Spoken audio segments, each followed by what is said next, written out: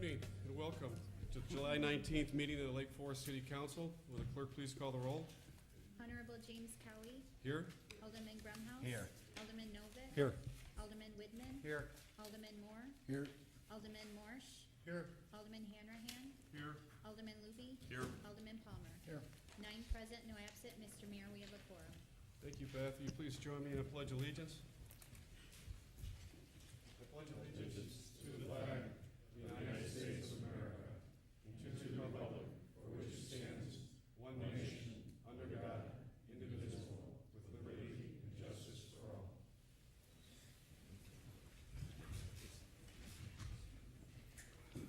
Our first item on the agenda this evening is reports of city officers, and the first being the comments by mayor.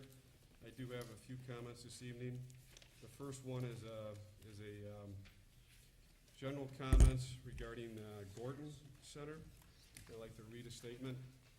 Since 1979, Gordon Community Center has thrived as a nonprofit, privately funded community asset, serving tens of thousands of people annually. Gordon is a community treasure that embodies Lake Forest's tradition of supporting cultural, educational, and charitable welfare. Last week, city leaders, along with the community, learned that Gordon laid off 16 of its employees due to significant revenue deficits. The Gordon Board of Directors has made an appeal to the community for $250,000 in donations to be received by Thursday, August 5th, 2010, to fund its operation until the end of this year. This past Friday, the city had a productive meeting with the director and chairman of Gordon. Subsequently, we have scheduled a special meeting with the entire city council and the Gordon leadership for Monday, August 16th at 7:30 p.m. Beyond the city's dedication to the mission of Gordon, the city owns the building and property and is responsible for the exterior maintenance of the building and its grounds. The city is prepared to work with the board of directors to keep Gordon operational for its tenants, its room renters, and current program and class participants. We believe the city can serve as an important partner in developing a long-term solution, and we're committed to helping the board develop a sustainable plan. We are confident that by working together, Gordon will continue to serve our community during this unprecedented economy and for many, many years to come. So again, that'll be Monday, August 16th. We'll have a special city council meeting to address the further issues of Gordon. The next comment on the agenda this evening is a presentation of the Irwin A. Block Award for Excellence in Community Environmental Stewardship, presented by the city's Green Team. And I believe, Beth, you're going to make a presentation?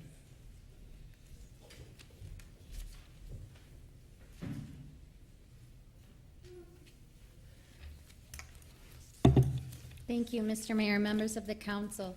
The Northwest Municipal Conference announced at its annual banquet in June that the City of Lake Forest is the recipient of the 2010 Irwin A. Bach Award of Excellence in Public Administration for Community Environmental Stewardship.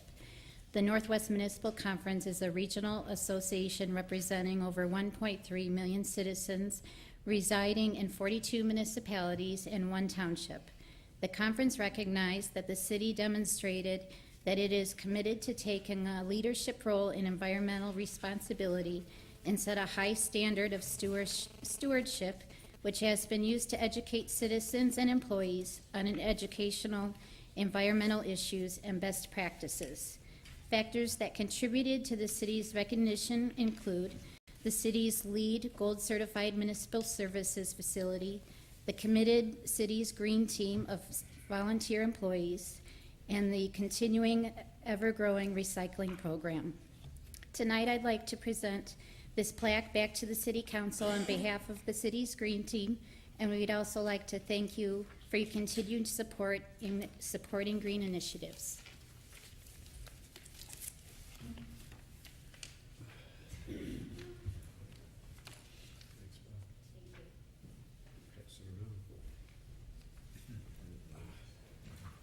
Thank you, Beth.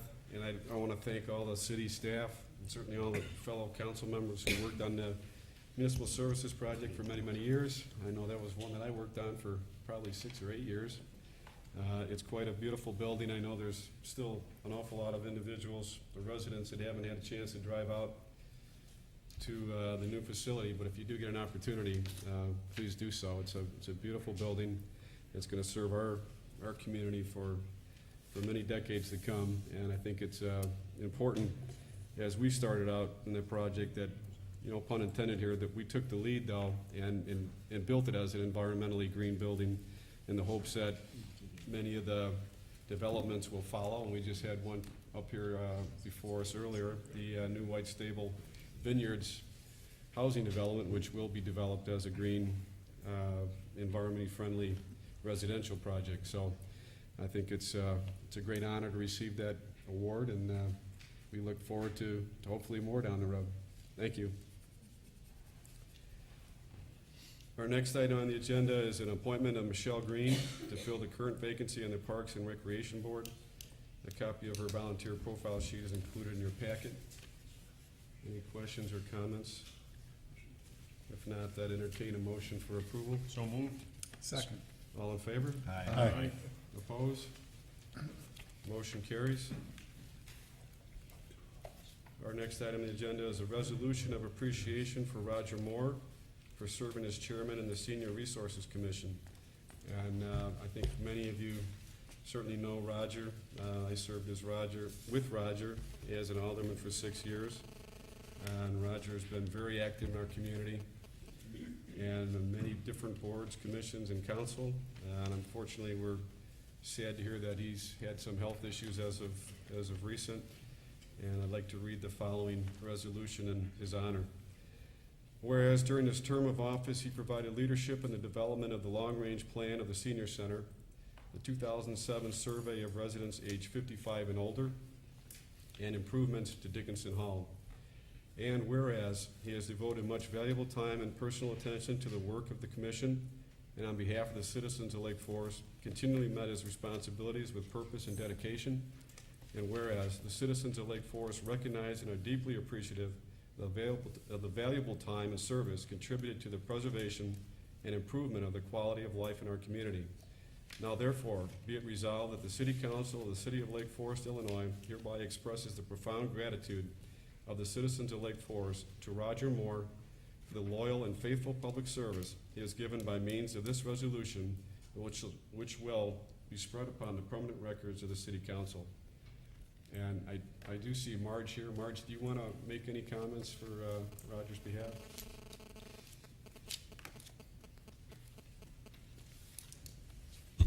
Thank you, Mr. Mayor and members of the council. Roger wasn't able to be with us tonight. He had another meeting that he had to attend.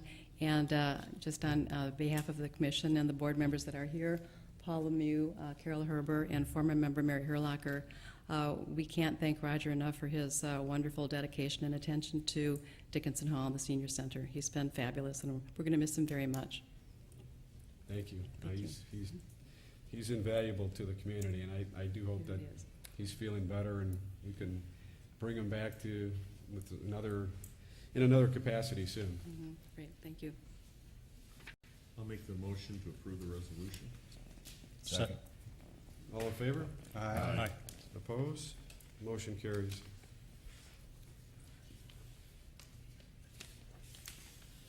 Our next item on the agenda is an appointment of Paul LeMieux as chairman of the Senior Resource Commission. He would actually be stepping in to take the position that Roger will be vacating. We have I'll make a motion to approve. Second. all in favor? Aye. Opposed? Motion carries. The next item on the agenda is a consideration of a resolution establishing an ad hoc Barat Campus Advisory Committee. This will be presented by Kathy Cerniak.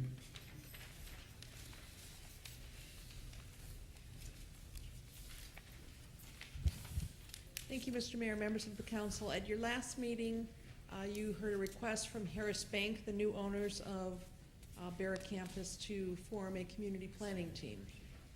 Based on the council's discussion at that meeting and your direction, we have prepared a resolution that establishes really a smaller working committee chaired by, as proposed, chaired by Alderman Widman, that would really be an initial step in having some working discussions with Harris Bank. At the council's last discussion, you were clear that the basis of those discussions should be the approved plan for Barat campus, Barat Woods, and the development parameters that have already been established. So on page, I believe it's 41 of your packet, there is a proposed resolution. If you choose to do so, it would be appropriate to adopt that resolution and establish the working committee. This committee would not take any final action. It would be established, as I said, for initial discussions with Harris Bank, and would be responsible to bring reports back to the city council periodically. Kathy, there was a reference to Exhibit B, but it's not here. Or I couldn't find it, maybe? That was one question. The other question was, is why don't we suggest that somebody from HPC serve on this committee as well? Given we have Barat. We have I just spent 5 years there. Our former alderman Oh, is served. well, he's not currently in that role. No, he's not currently, He'd be but, conflicting himself. we thought his experience All was right, service. that's fine, that's fine. Just to clarify, Exhibit B, I apologize if that didn't get into your packet. Exhibit B was a clarification on the charge of the committee, which really details further, in a very limited way, what's already presented in the resolution. But basically, I think the previous charge presented to you was fairly lengthy. This one really establishes this group simply as a working group to have initial discussions, does not charge this group with taking any formal action. I think it's great, and I'll move the motion. Can I just make a comment? Because I wasn't here at the last meeting, and I served on that original committee for 2 years with, at that time, Mayor Preschlack. And I think David had mentioned it, because I watched the tape of the meeting, that we really have to watch. We worked very hard the 2 years that I was on that committee. There were a lot of very good people. There was a great input from the neighbors all around Barat that we took seriously. And I know we had Woodlands represented. We had every entity, from, I was representing ZBA and Plan Commission. So I just want to make that general comment that we don't retread too much here and just stick to the basics. That's my only general comment. Hey, Greg, my view going forward on this is, just for starters, I think we need to know what is on the bank's mind. They've asked for this. They haven't told us anything specific. They've said that they don't have an agenda, and I think we just need to find out what is it that they're thinking about. Right. And while they're doing that, I think we have every right, and I intend to tell them what the city is thinking of their obligations too, because they now have them as owners. I agree. But I just want to read the members on there for the public knows too. That our chairman would be our Alderman Stu Whitman. David Mohr, the second ward alderman, would be a member. Don Schoenheider, who's a past building review board chairman, is also an extensive background in real estate. We have Beth Miller from the plan commissioner, and we have Scott Helton, second ward resident, who also has a background in real estate. So I think you got a very good mix again, and I understand your comments, and I think that they're well taken. I would assume that all the documents, or Kathy, that stuff that we had would be given to that committee prior, so, okay, thank you. I make a motion to approve the resolution. I'll second. All in favor? Aye. Opposed? Motion carries. Our next item on the agenda this evening is the Settlers Green Term Sheet Committee Report. And just a background, the Settlers Green is the project at Telegraph and Everett, the proposed development for affordable housing. And I just want to read the quick paragraph that outlines this a little bit. In 2009, I formed a subcommittee consisting of myself, Alderman Morsh, and Alderman Palmer to work with the city attorney and city staff to prepare a model term sheet controlling any future affordable housing developments within the city. The committee is also charged with reviewing development terms specifically relating to the proposed Settlers Green project. In the course of its review, the committee engaged an independent consultant Axia Development to review the proposed terms.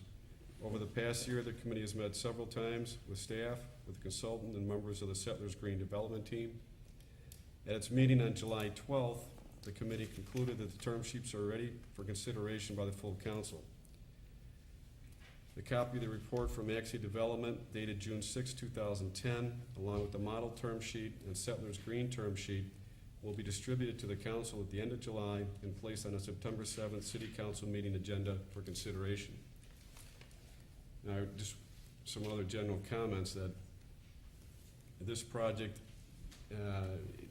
as far as its organization, has been a very different and somewhat difficult project, one that we have never embarked on before, given the way it's structured with federal and state tax credits.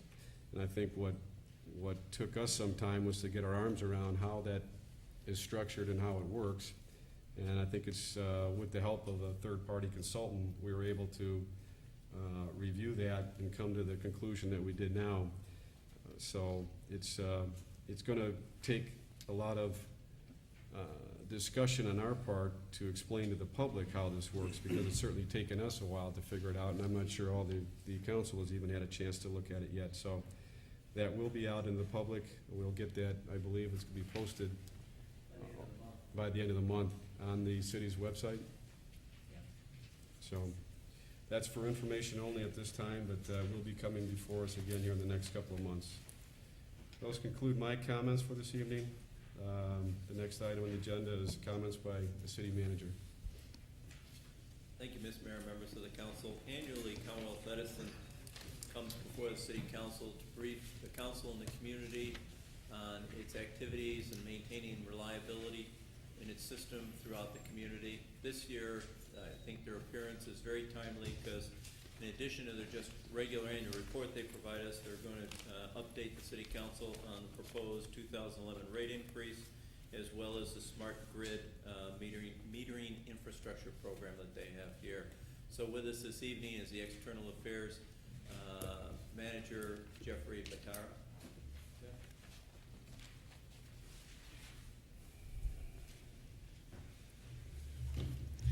Good evening. I want to thank Mayor Connolly, the City Council, Mr. Kiley, and Ms. Walters for having me here this evening to talk to you about your annual report. Can we go to the next slide, Karina? There are a few items on the agenda today that I'd like to talk about. First and foremost, to talk about your 2009 annual report.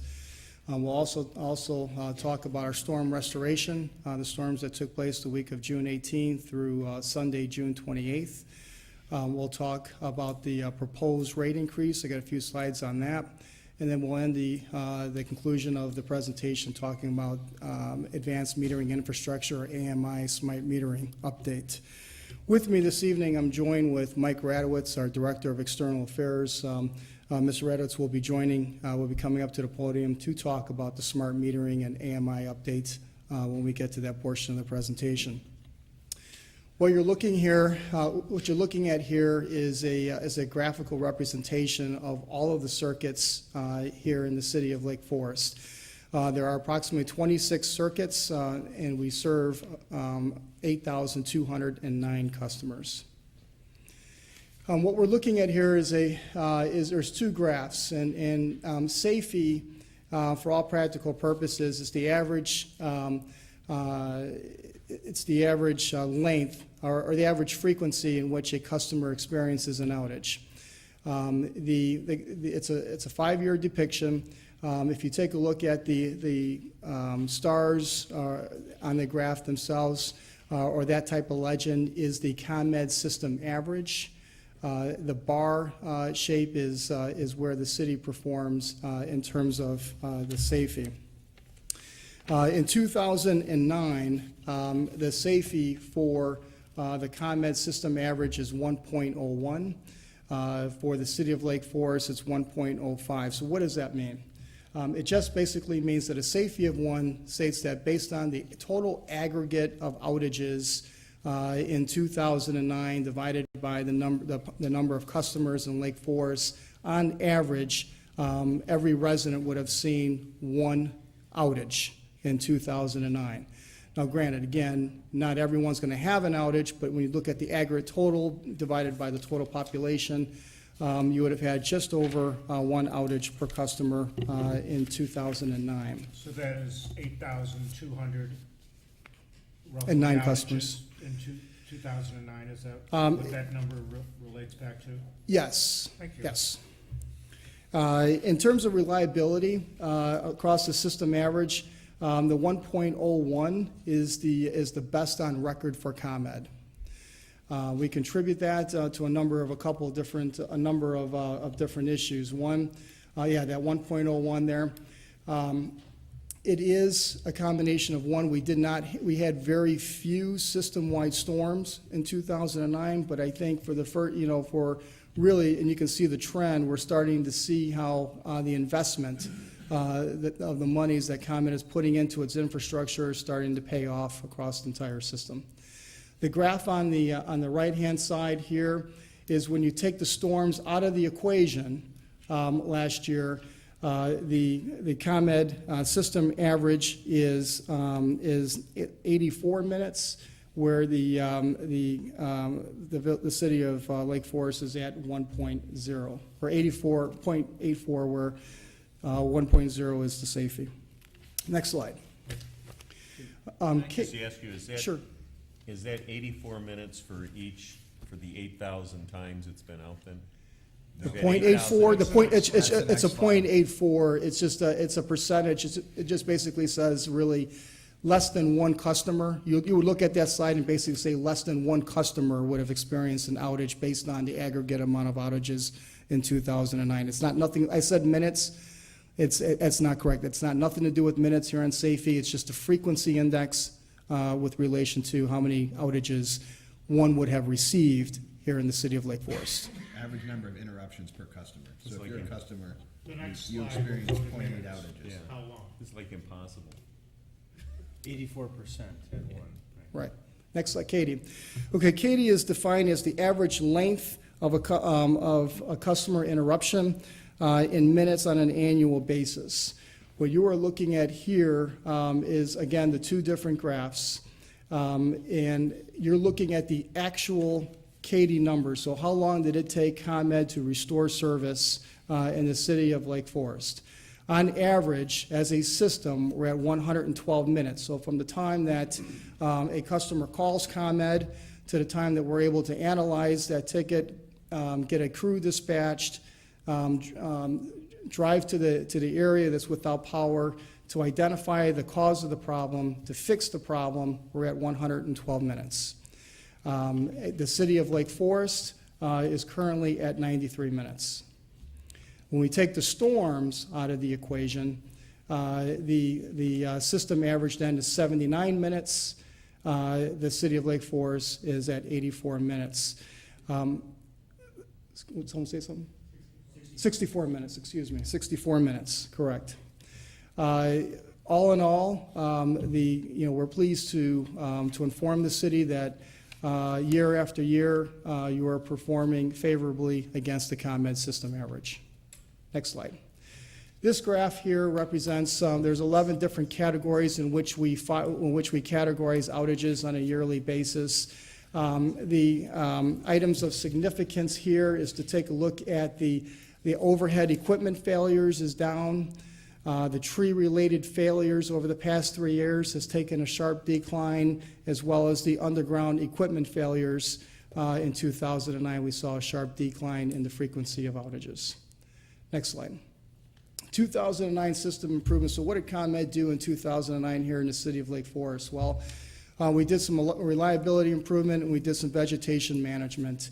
Again, we talked about 26 circuits in the city of Lake Forest on Charlie 049 there. We installed some fault indicators along that particular circuit, and I have to just define that a circuit on Charlie 049 doesn't just serve the city of Lake Forest. It originates at a substation. It can go through several different towns and serve several thousand people. But on Charlie 049 there, we installed some fault indicators which would help our field personnel identify a trouble, a cable fault in the field more timely so we can get crews isolated and dispatched to the area. We are focusing on specific customer-targeted programs. The customer-targeted program is a program that really focuses on improving the electrical performance of customers who have experienced multiple outages. There are 2 circuits here in town that we are focusing on, and those circuits run between Western Avenue and Green Bay Roads. We also are focusing our efforts this year on a particular circuit here, Charlie 0411. It's an underground cable replacement program. We are targeting this area for either cable injection, where we can inject a silicone-based material into the cable, which would essentially prolong the cable lifespan for about 30 years. And/or we will replace sections of cable that we have identified as deteriorating. Next slide. In 2010, planned work improvements, we will be doing some vegetation management work here on a particular cycle. ComEd performs line clearance, tree pruning, and vegetation management once every 4 years. It's on a 4-year cycle. We will be applying for permits and be doing some tree trimming along this particular circuit this year in 2010.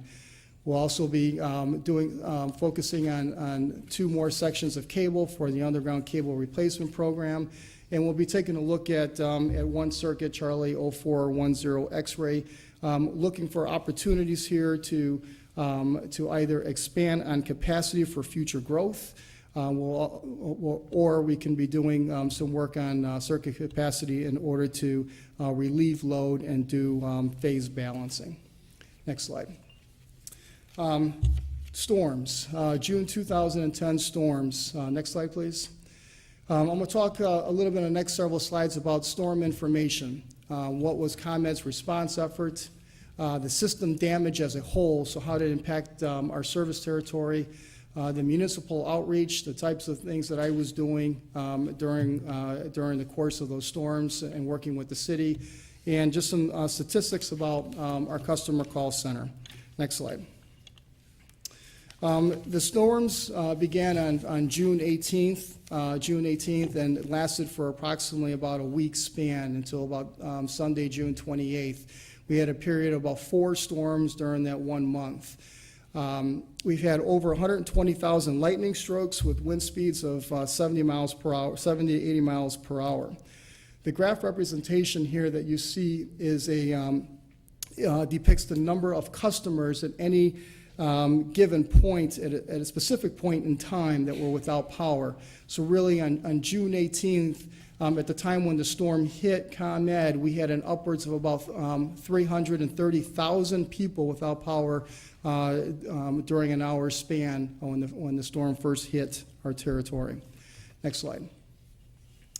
Friday, June 18th.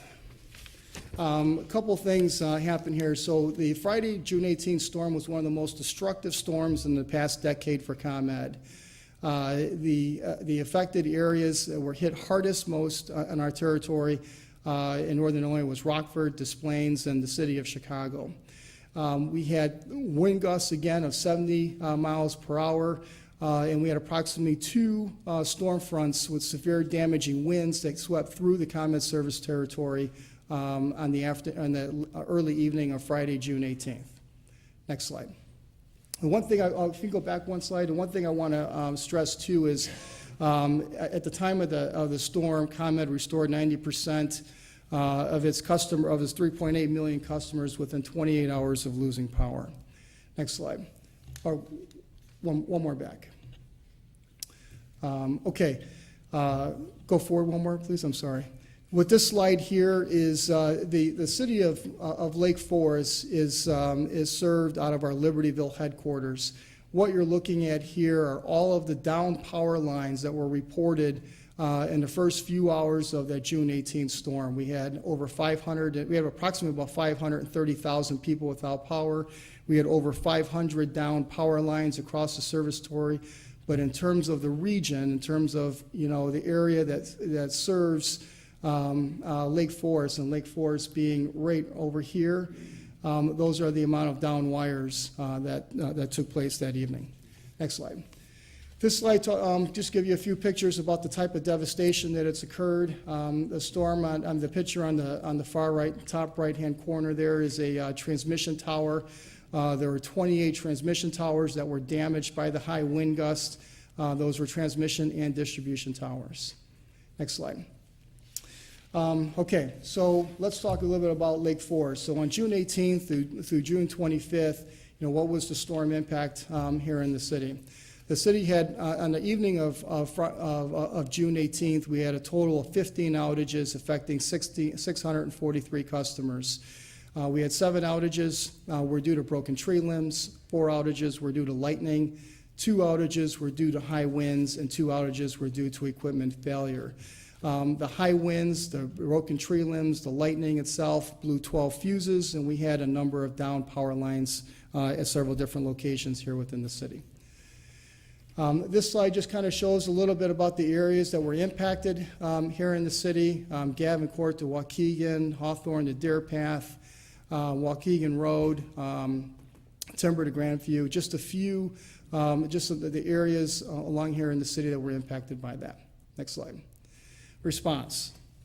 Next slide. At the height of the storm, ComEd had 2,500 field and office personnel that worked the storm. We put in a total of 226,500 hours to restore, to get customers back on. We had 450 crews across the system, of which out of the 450 crews, they were all working 16-hour shifts, 8 hours off.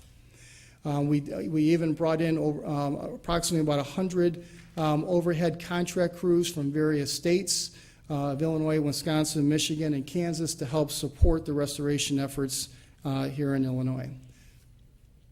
Storm restoration process. I thought it was an important slide to kind of add in here. This just basically depicts how ComEd prioritizes the restoration of a storm. So when a storm of this magnitude, just in general, in terms of storms and in storms of this magnitude, we follow this 4-step model. First and foremost, the safety of the ComEd employees and our customers is always the most important priority of ComEd. It is our goal as a company that to have every employee each day return home in the same fashion that they return to work. And we're proud of that, of our safety initiatives. Step 1, in a major storm, through switching and repair of high voltage transmission lines and substations, we restore service to the largest number of customers first. We then, once we restore all the high voltage lines and we have done the switch and remove the step, we move to step number 2, where we restore power to facilities critical to the public health and safety, the hospitals, the police and fire stations, the water reclamation districts, and various areas that have very sensitive communication systems. We then move to step 3. So once we've been able to control step 1 and step 2, we move to step 3, where we dispatch crews to make repairs on equipment to return the service to the largest number of customers again first, and we can get them on in the least amount of time. So these include major feeder trunk lines, high-density housing projects, and large neighborhoods. Step 4, we then restore power to smaller neighborhoods and individual services. Damage across our system. We had, as I stated earlier, we had 550 down or displaced poles. We had 28 transmission and distribution structures that were broken. We had 75 miles of wire and cable were used to repair lines damaged by the by the storms during the 1-week period. Next slide. Municipal outreach. So during a storm of this magnitude, we mobilized at several different areas. So we had our central command post in Joliet. We had each of our regions had a central point of command. We had incident command centers that were dispatched in the field. One was in Des Plaines. I think we might have had one in the city of Chicago. We might have already have deployed one into Antioch as well, all in an effort to help restore and get power back on the customers quickly. Our external affairs organization mobilized here. We proactively updated more than 400 municipalities and Chicago wards on storm restorations throughout the storm. We also had our internal incident command center or command post in Oak Brook open 24 hours. We're here, we were monitoring critical customers and critical areas that needed to get restored. Some of the hardest hits of that storm were areas included, as I said, Antioch, Des Plaines, Elmhurst, Oak Brook, Oak Park, Riverside, Bolingbrook, Matson, Flossmoor, and Joliet were just some of the hardest areas hit for that storm. One of the things that we instituted a few years ago is this electronic storm messaging. And what we do here is we send out messages periodically throughout the day informing municipalities of where we are in terms of restoration. And that is called our Send Word Now system. We implemented that, giving municipal leaderships updates on the storms. And we have also made available our e-outage, which gave municipal leaders an opportunity to review the outages online and where those areas were mostly hit in their communities. Next slide. Customer call center. So our call center received 735,640 calls during the storms. Our highest call volume occurred on Friday, June 18th, where 24% of those calls were answered. Saturday, the 19th, 22%. And then on Wednesday, June 23rd, when we had the high wind gusts, about 20% of the calls. At the height of the first storm on Friday, June 18th, ComEd received anywhere between 14 and 16,000 calls every half hour. Our call center employees, we had over 300 employees working throughout the storm, 24 hours a day. We also engage our sister company in Philadelphia, Pico, to help with answering the calls and being able to address some of the customer questions in terms of restoration. This slide here is a slide that kind of depicts what we look at here in the utility. When we look at storms, we're looking at weather images to kind of gauge the severity of the storms as they approach. On the Friday, June 18th, this was called a Beko-Echo storm, basically because of the high wind, its curvature and the high winds. You can basically see that ComEd serves northern Illinois. You can see the majority of northern Illinois there was pretty much in red. Next slide talks about the rate case overview. As was highly publicized a few weeks ago, ComEd did file its delivery service rate increase on June 30th.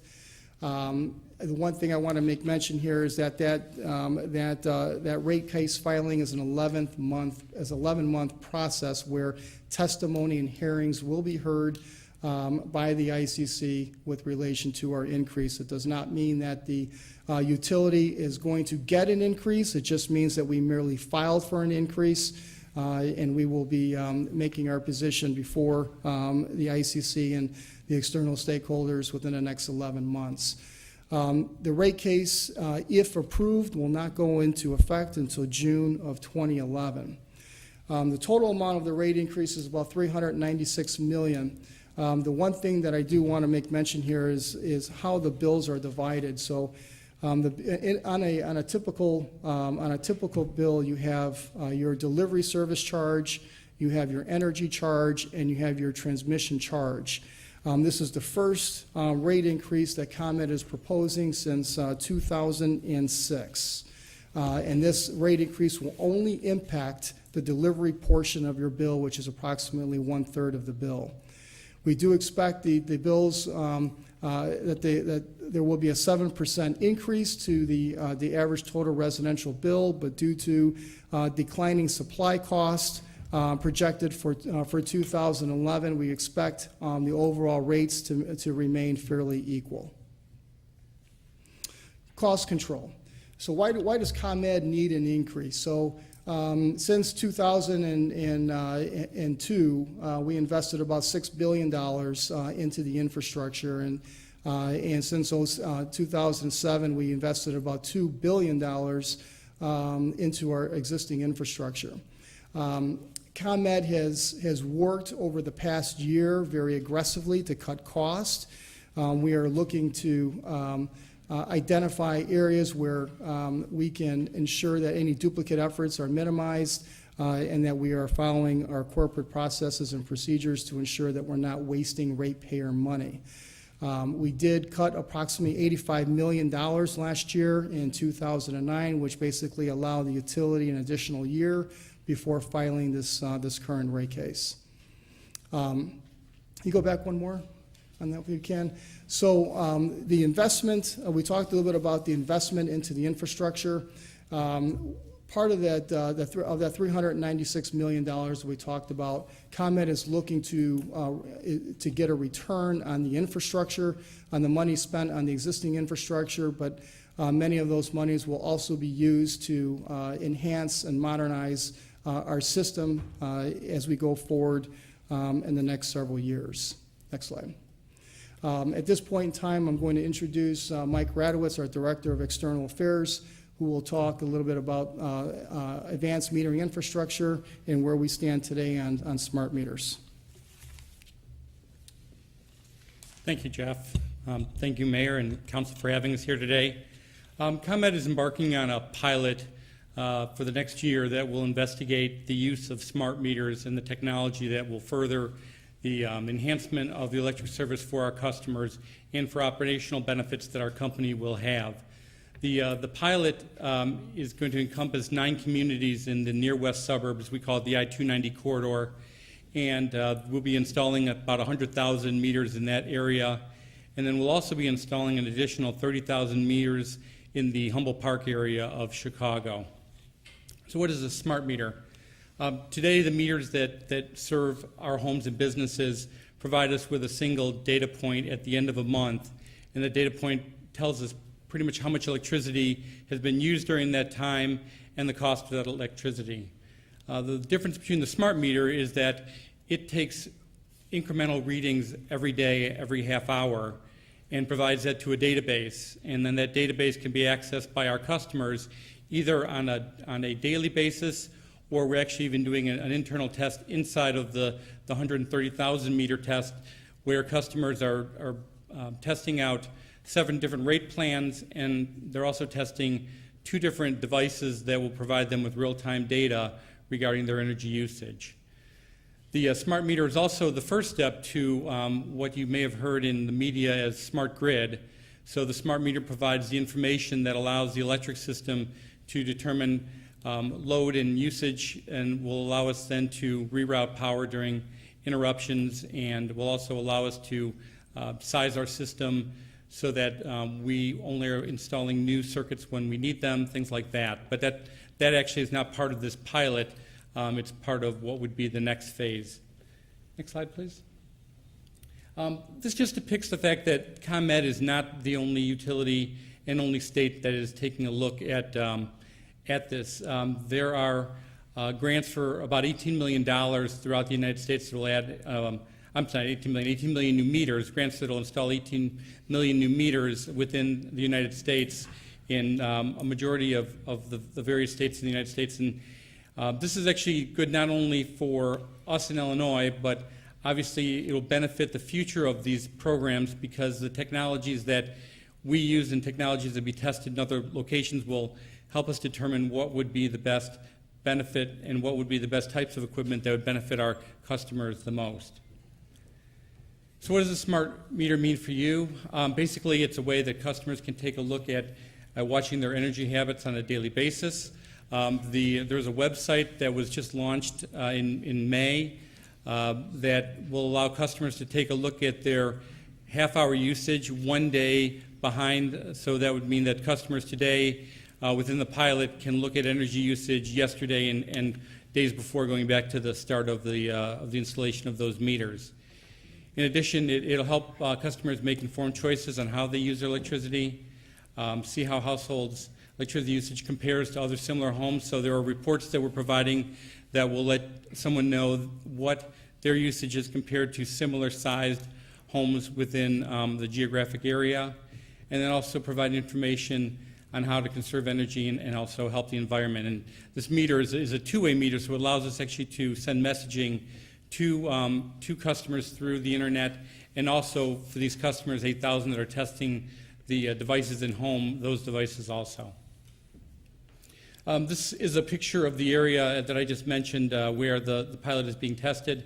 The map on the left is the I-290 corridor just west of the city of Chicago that goes from Oak Park out to almost Interstate 294, and then north and south of I-290. And then the map on the right is the area where the 30,000 customers in the Humboldt Park area are testing these meters. So as I mentioned before, the smart meter is just a building block to what is the smart grid. And the future will allow us to provide and put instruments on our transmission, on our distribution system, so that we can see what our customers' usage, see in the future where power outages may be, and then in the future we hope that we'll be able to actually start sending crews out to make repairs to interruptions before we even get calls from customers as we need to do today to understand where our customers are out of service.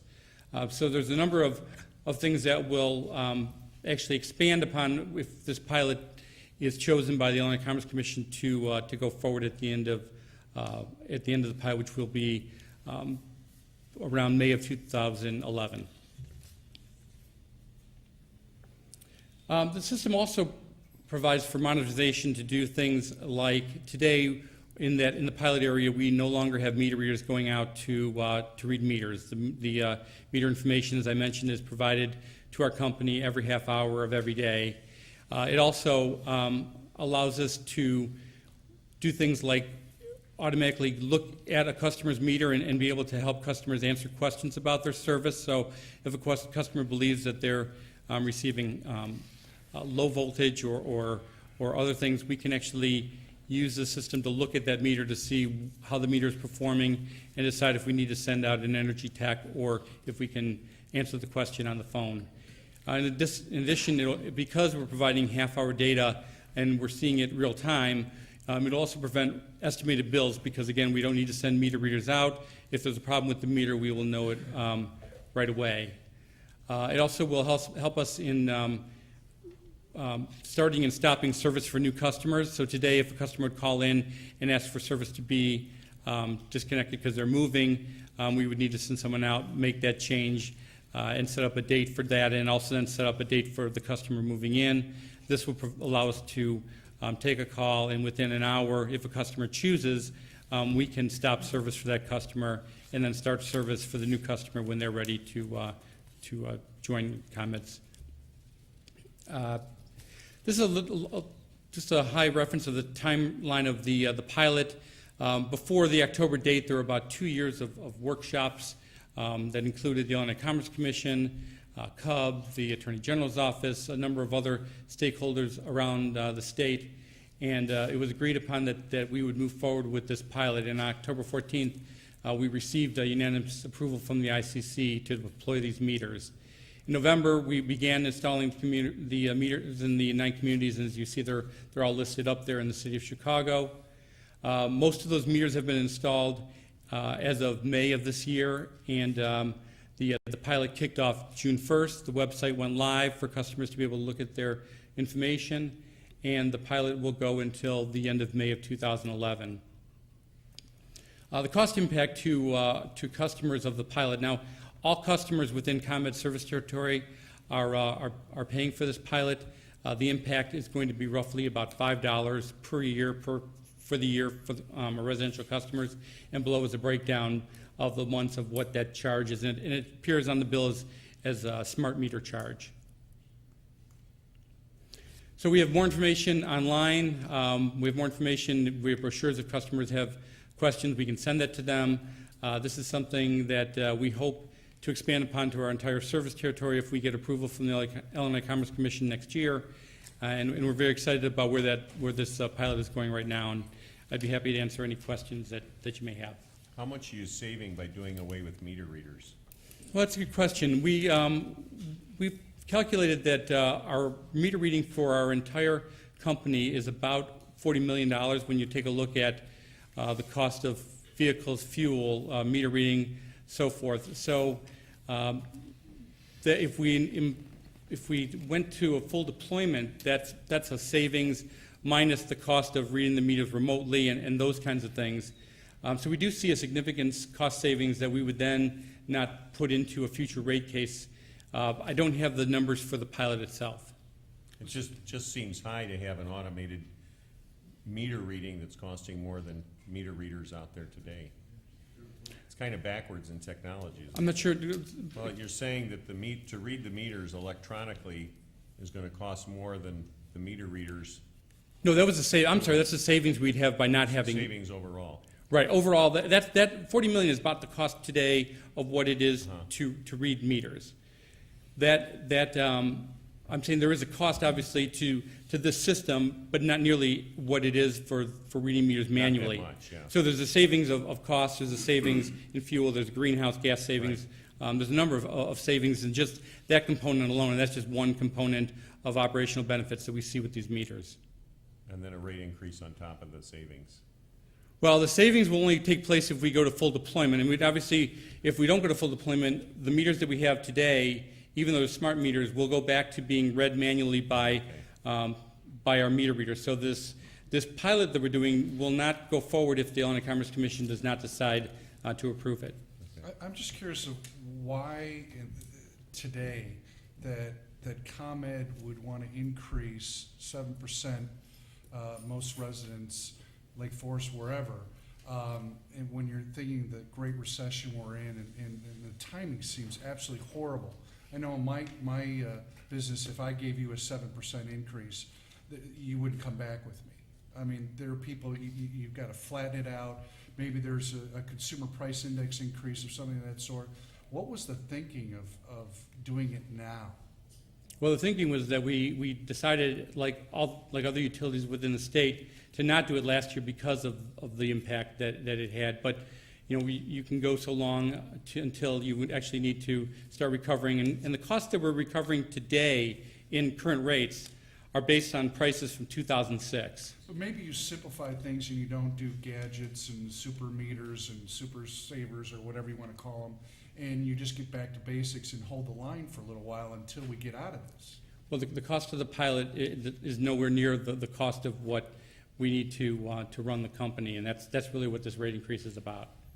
You also have the supply costs coming down massively because of falling gas and commodity prices, so the net rate increase will actually be pretty much close to zero, I think, by the time we're all said and done. Where are the receptors for these wireless transmitters?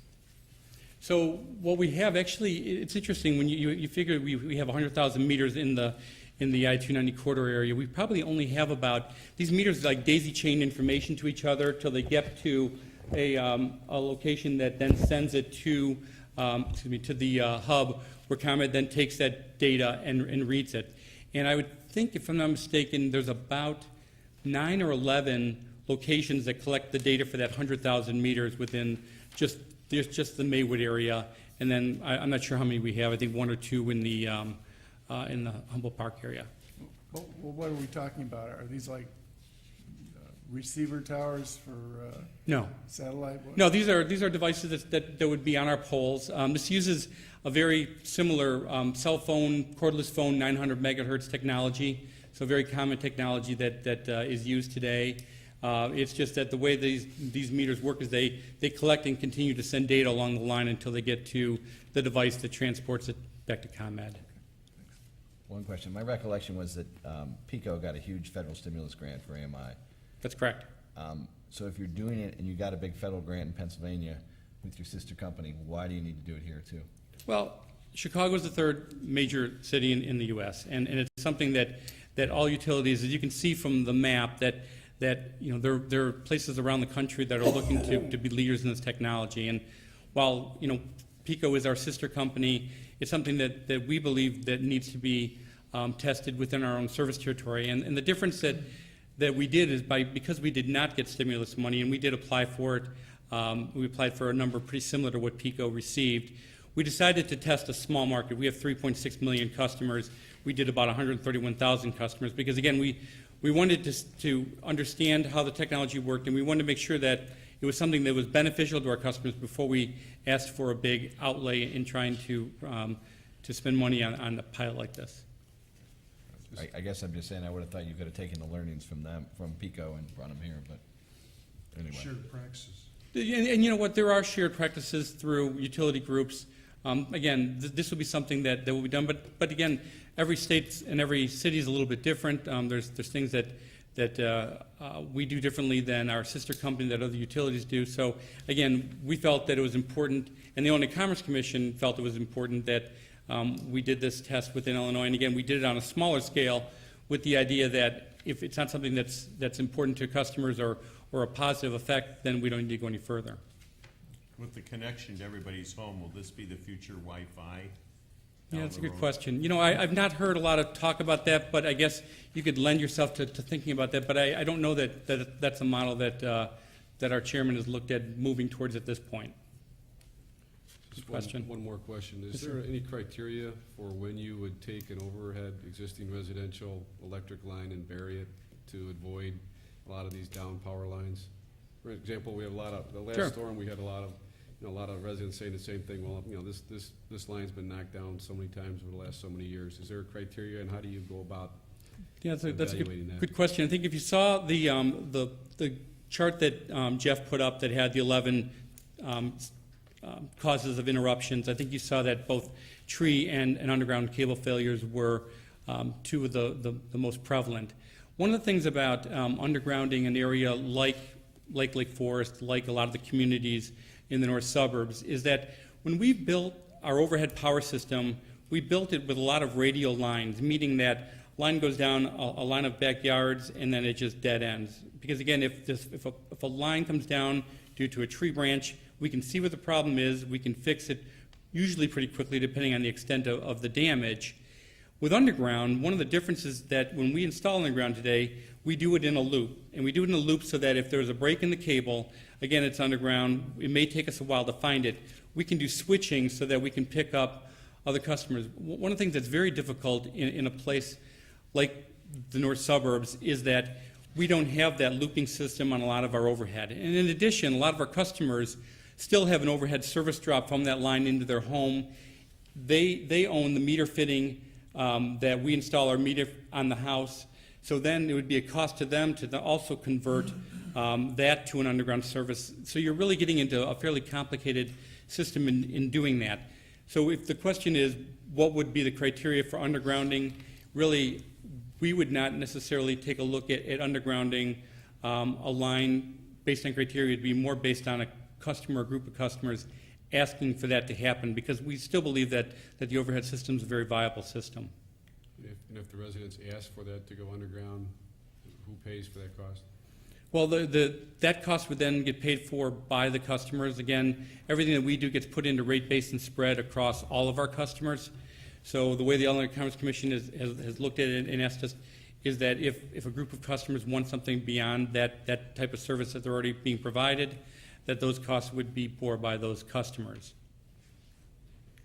Again, and the one caveat to that might be if we were doing a line down a road and there was a road widening project and we needed to move our overhead poles from overhead to another overhead, there might be a little bit of credit in there, but that's usually the only case. I have a question on the timing of the outages. We saw a lot of the averages. I didn't hear about any big problems, but how long were the longest residents out of power in Lake Forest? Jeff, The longest outage in Lake Forest is about 4,255 minutes. So roughly, I think about 4 days, roughly.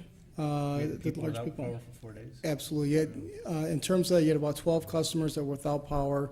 I think the storm went out on Friday, June 18th, and I believe we restored the last customer in Lake Forest on Tuesday, the following Tuesday around 10 p.m. Must not have been your ward, you would have heard about it. No, it wasn't my word. No, I thought it was only 1 minute by the chart there, but it's 4 days. Wow. You want to say it? Yeah. Okay, Thank you. thank you. Mr. Mayor, members of council, if you're done with questions, we may have members of the audience who might be here with respect to this agenda item, because we did talk to a few residents today about some outages. So I don't know if there's anybody in the audience here that has a question that wants to ask it. Everybody's looking around. Go ahead. Why don't you come forward here to the podium, please?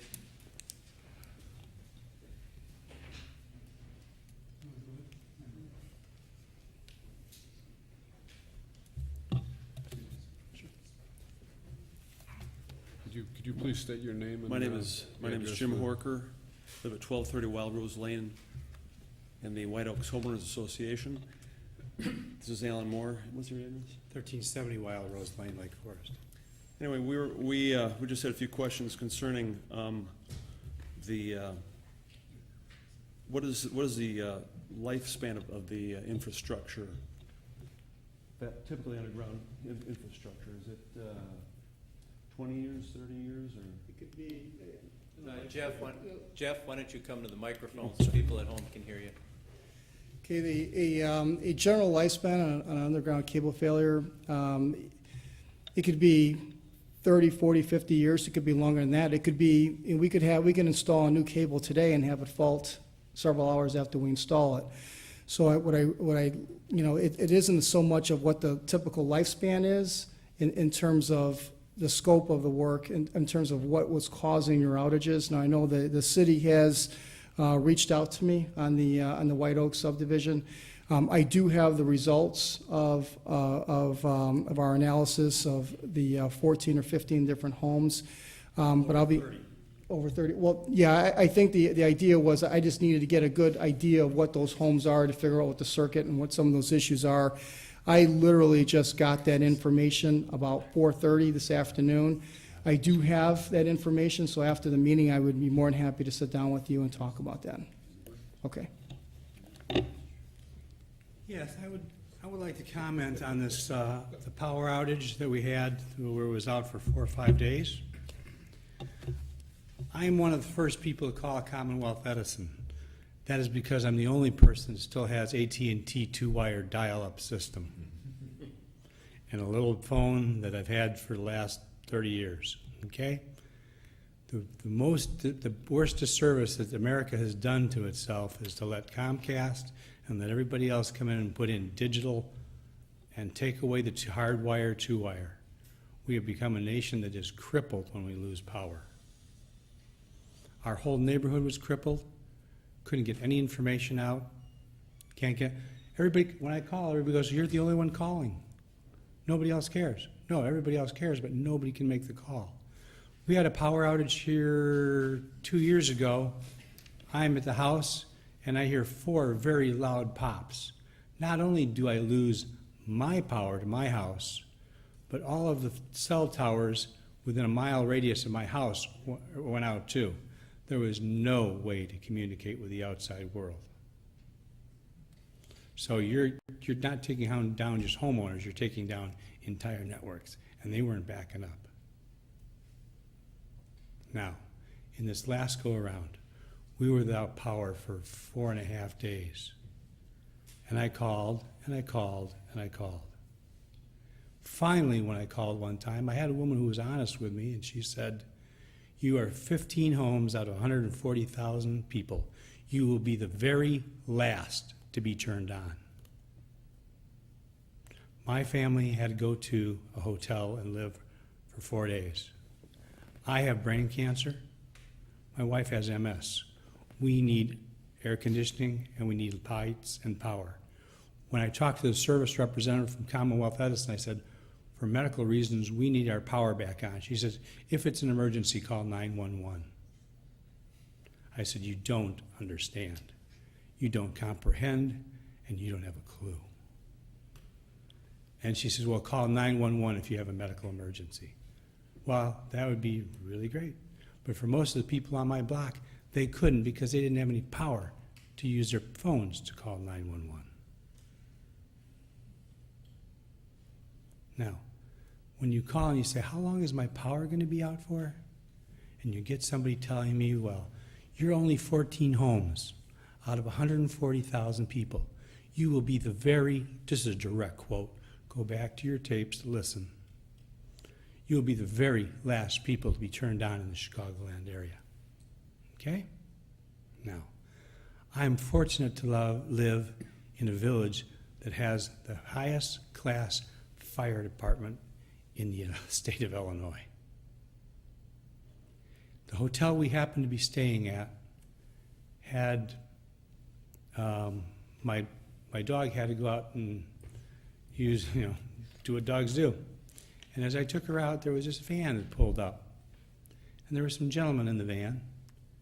And I happened to look over, and I saw that one of the gentlemen was our lieutenant from our fire department. And he was touring some people around the village. I have cancer. I've had seizures. I walked up to the van, and I said, I just want to thank you.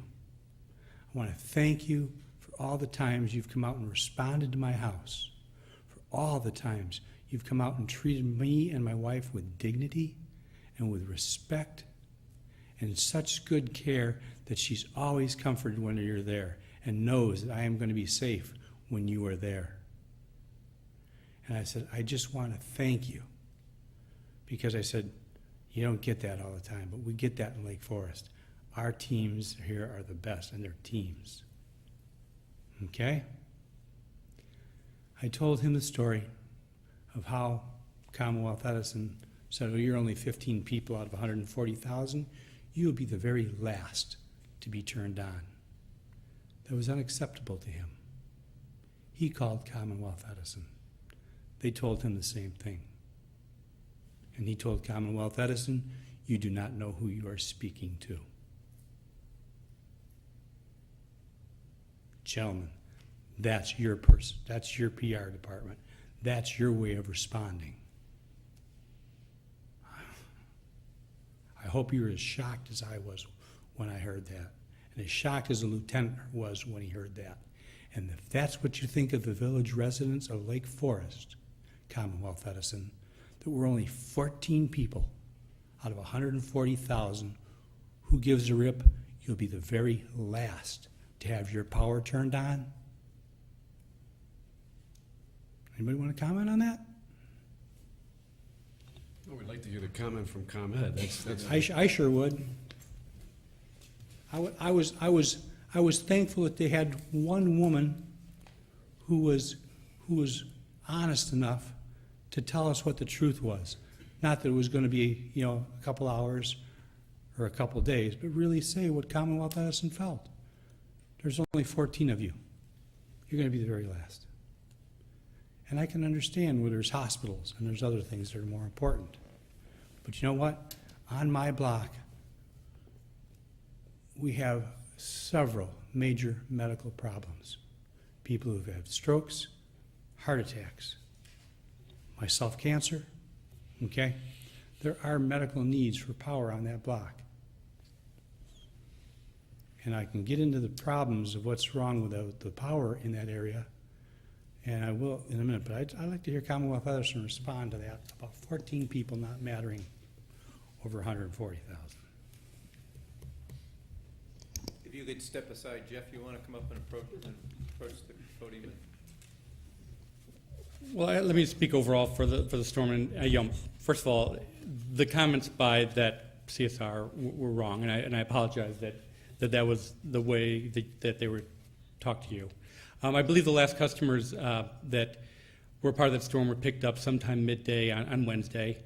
As Jeff mentioned earlier, our crews worked tirelessly day and night. We brought in crews from other locations. We worked the storm. We worked the storm from the beginning till the end.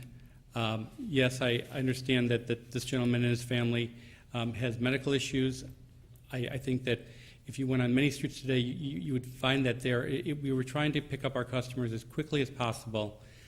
I don't agree, and I think we will bring back the comments that this gentleman has about what he was told on the phone. But I would say that from a standpoint of when they got picked up, we were working our way through the storm as quickly as we could, and I think we restored this neighborhood before the end of the storm, though 4.5 days is a long time. I was out myself for 4.5 days in 2007, and I can understand the trouble that causes.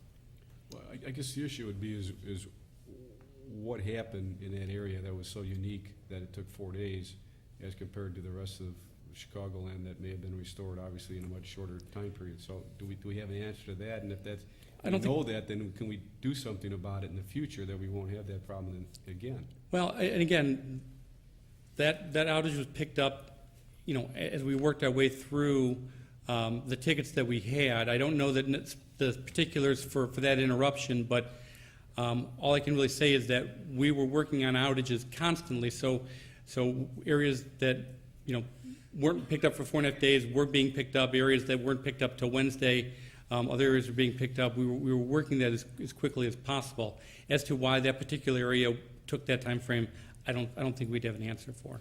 Do you have any special listing for homeowners where there is a serious medical situation, a place like this gentleman or many other homes where there are people who desperately need certain kind of, for example, somebody needs an oxygen unit that's, requires some sort of electricity. Do you even have a way that a homeowner can register that they require some sort of special treatment? Almost like a handicap parking pass, but it's for the house. Yeah, we do have a medical list that a customer can get a letter from a physician stating a medical need. But that need is not typically used during large-scale power outages because we have tens of thousands of customers.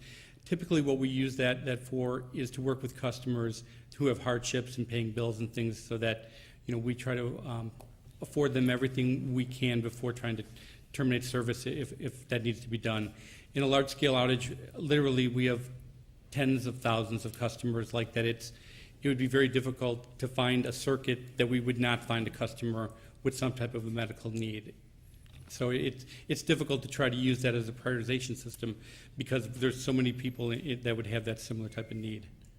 I guess just going back to this one instance, is I lived in a neighboring community for a number of years before this, and we had a similar circumstance, and it was I believe a transformer and overhead line that took many years for ComEd to replace, and until the neighborhood resolved that issue, and we would lose power for days at a time, and I went out and bought portable generators to keep the house going many times. But my point is, can we find out, though? I know you may not know right now, but will you give us an answer as to what happened in this neighborhood so the residents would have an answer going forward so they can address it and find out, is this something that can be upgraded? Is it an infrastructure problem? Right. Is it a breaker problem? I don't know. Sure, Mayor, I understand. And that I think is what Jeff mentioned is the study we did. Jeff, hearing about the problem with the length of time and has got an investigation that he just got some information on. And again, he'll work with those neighbors and share that, and also obviously with village staff.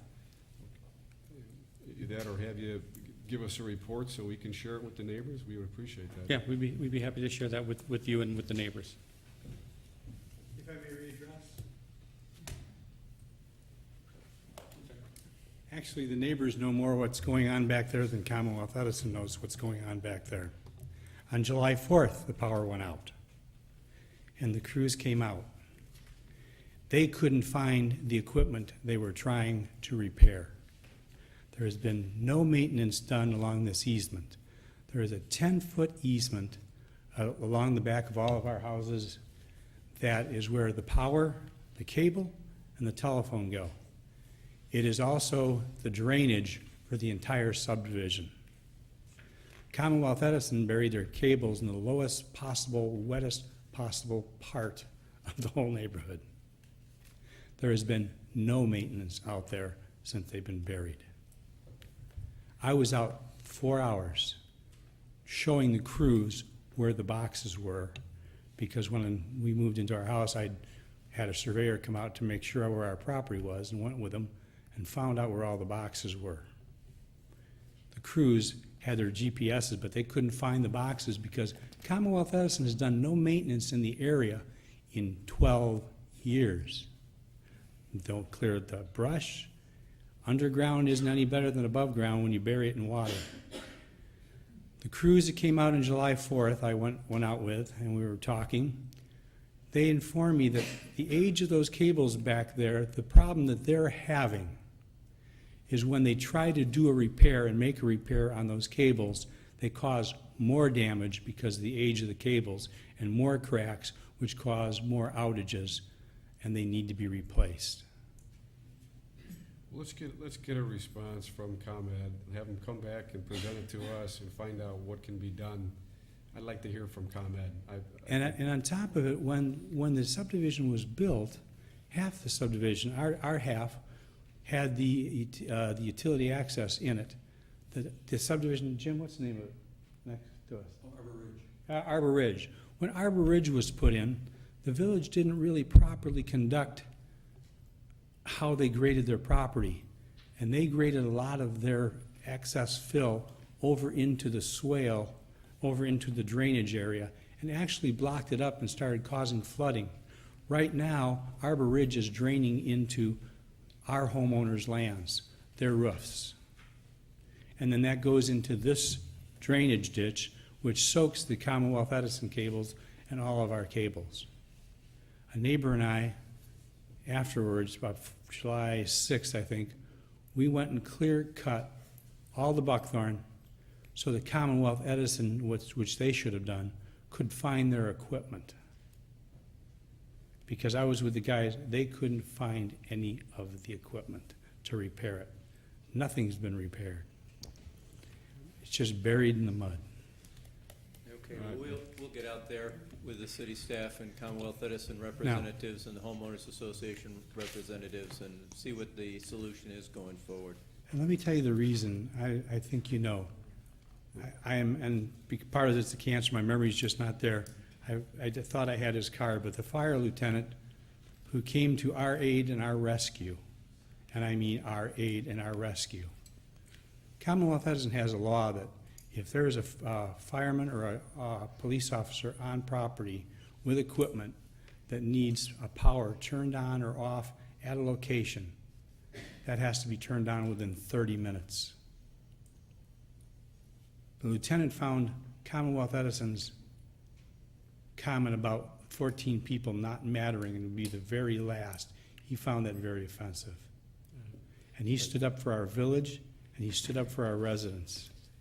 He drove over to my property and put equipment on my property and called Commonwealth Edison and said, I want the power on now. Okay. And within 30 minutes, my power was back on instead of 4 days. I do thank you for coming out this evening. I do thank you for your comments. And we're going to get answers from ComEd, but we do have to move on. We've got about 3 more hours of But we work really here tonight. need to support our fire department. They are just excellent. But We Commonwealth appreciate that. Edison needs to relay all those lines, replace all that equipment. There's nobody out there ever doing service or maintenance. Let's get the report from ComEd, and we'll deal with it here, and we'll deal with ComEd. But I can't say enough about our service. Our policemen as well are just the best. Now, if we get the Metro to stop killing people at our train stations, we'd be doing good. Thank you. Thank you. Thank you. Thank you. Thank you, but thank you, Is there gentlemen. anybody else in the audience that did want to say anything? If not, gentlemen, thank you, and I think you heard here, we'll be in touch quickly. We're anxious to see the report that you received earlier this evening, Jeff, and we'll get a meeting set up with the neighbors to see if we can resolve this item once and for all. Absolutely. Okay. Thank you.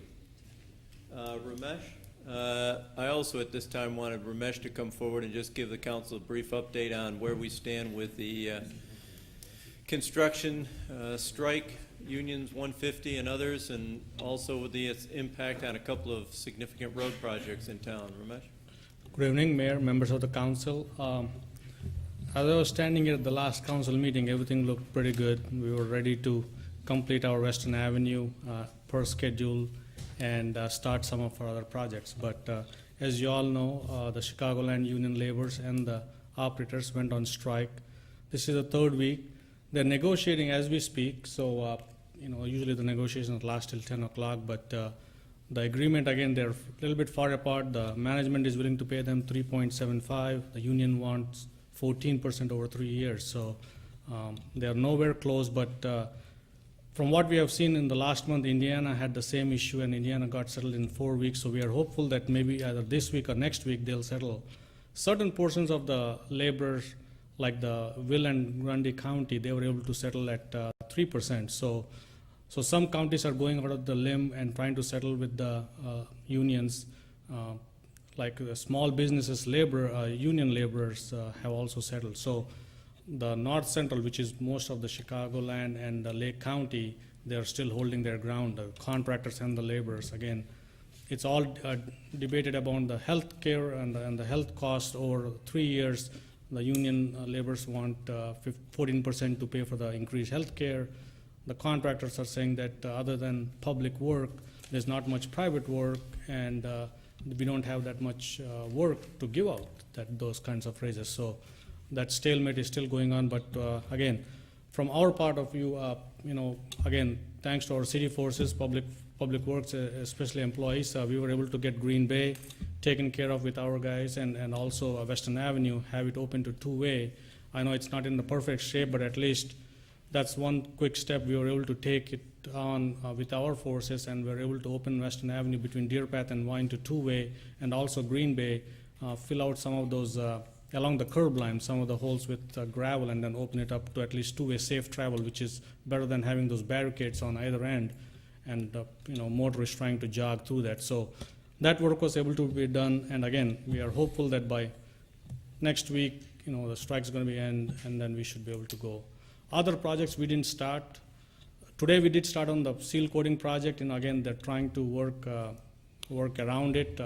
So far, they have not been picketed, so they're You want okay. to talk about Lake Forest Day route? Right.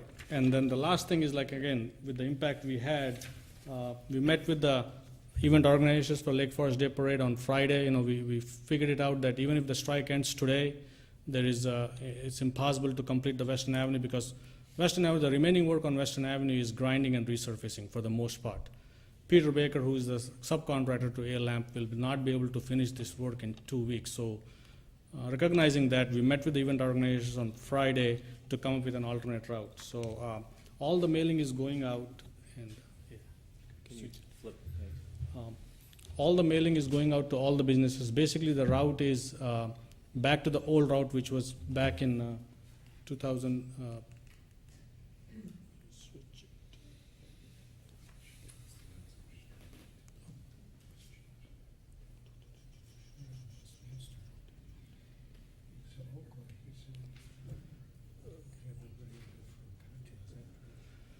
Again, the Lake Forest Parade route is the one we had in 2008.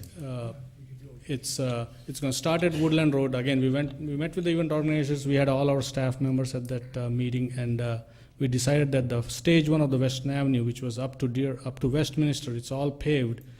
The section between Westminster and Deer Path, again, as part of being aggressive, starting early, we were able to at least get the binder course. So it's not the perfect, but at least it's safer for the parade route.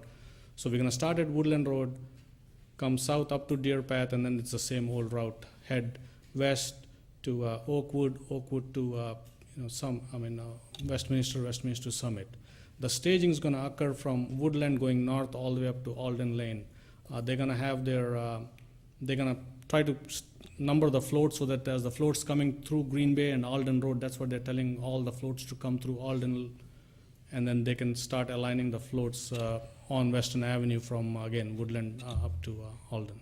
Seems like a long parade route. Yeah, it is. Don't we usually start at like Harris Bank or something? Right. Why don't we go down Westminster and, that way it's all paved? That was the, again, discussion they had, but I think they have the market squares where the viewing, I think they all want to see you, Tom. Can't we start a little farther north, a little farther south?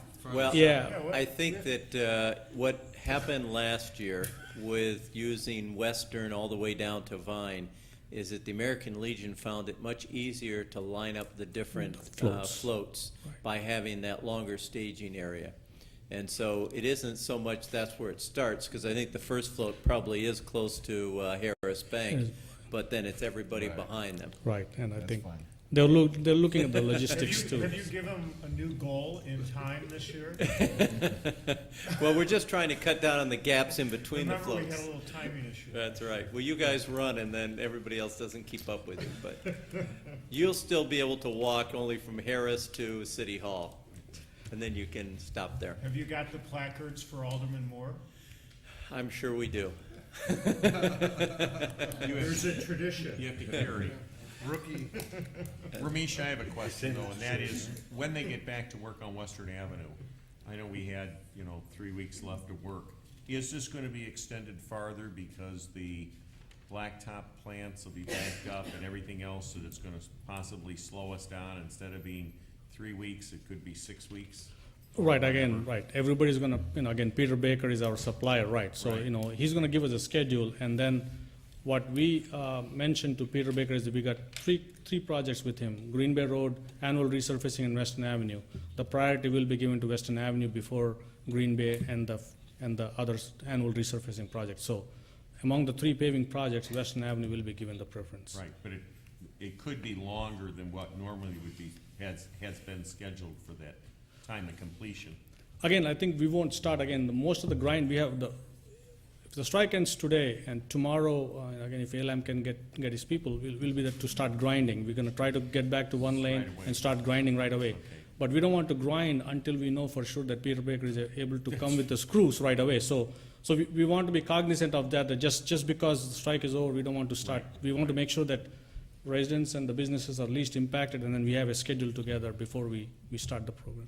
Okay. Alderman Luby, I think the delay probably won't be quite as long as we might think, because there, quite frankly, aren't a lot of projects out there. Well, because So- everybody's backed up at the same place, yeah. Right, but I mean that there aren't a lot of public projects out there that Oh. are going on, so I don't think Baker's demand this year is quite as extensive as it might have been in past years.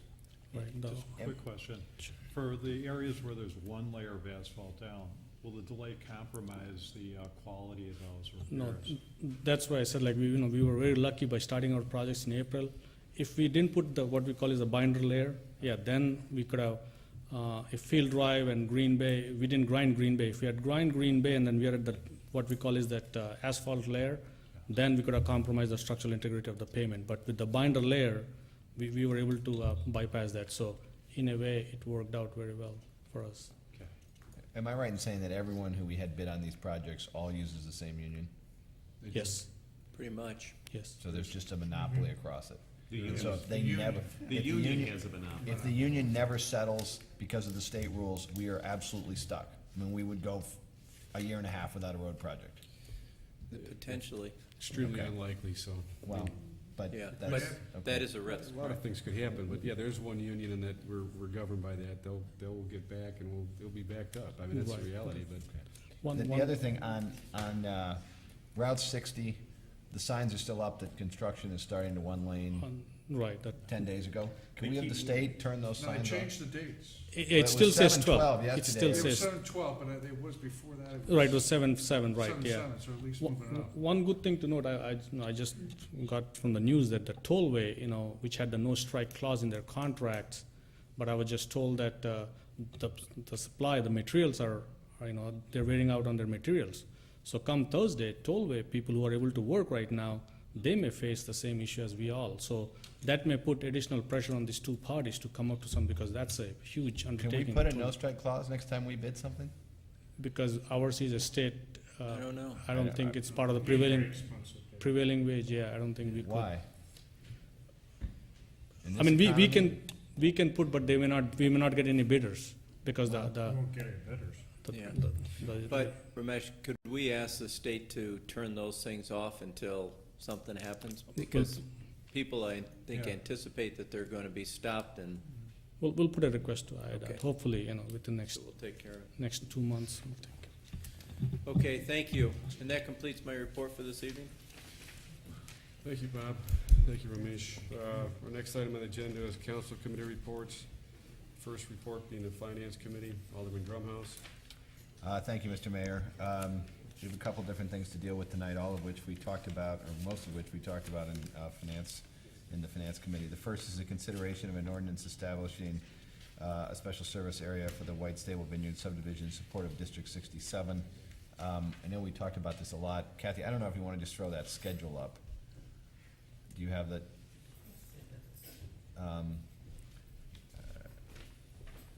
But as Kathy said at the Finance Committee meeting, this is the basic ordinance, SSA ordinance we use for the school district. We do it for all our projects. And we can obviously go into more detail, but if people feel satisfied with it, I'll go ahead and take a motion to grant first reading. Alderman Grumhaus, can I just make Yeah. one comment? Mr. Pearson did note that I omitted one sentence, and between first and final reading, I will add it in. It simply acknowledges that this special service district will not be levied in the event that Highview Group doesn't close on this property. Okay. So I will work with the city attorney to make sure that's put in the right place. Okay. Motion to establish the ordinance. Second. All All in those in favor? Aye. Opposed? Motion carries. Motion carries. The second item is consideration of an ordinance proposing the establishment of the White Stable Vineyard Special Service Area in the city of Lake Forest in support of public infrastructure facilities. This is the special SSA that we talked about extensively at the Finance Committee meeting. We had passed a proposed ordinance at the last meeting, but it has changed enough that we wanted to bring it back for first reading tonight. This would actually be we would recommend first reading and. Waive first reading and approve final, okay. Motion to waive first reading. Second. This, all in favor? Aye. Opposed? The motion carries. Motion to approve final.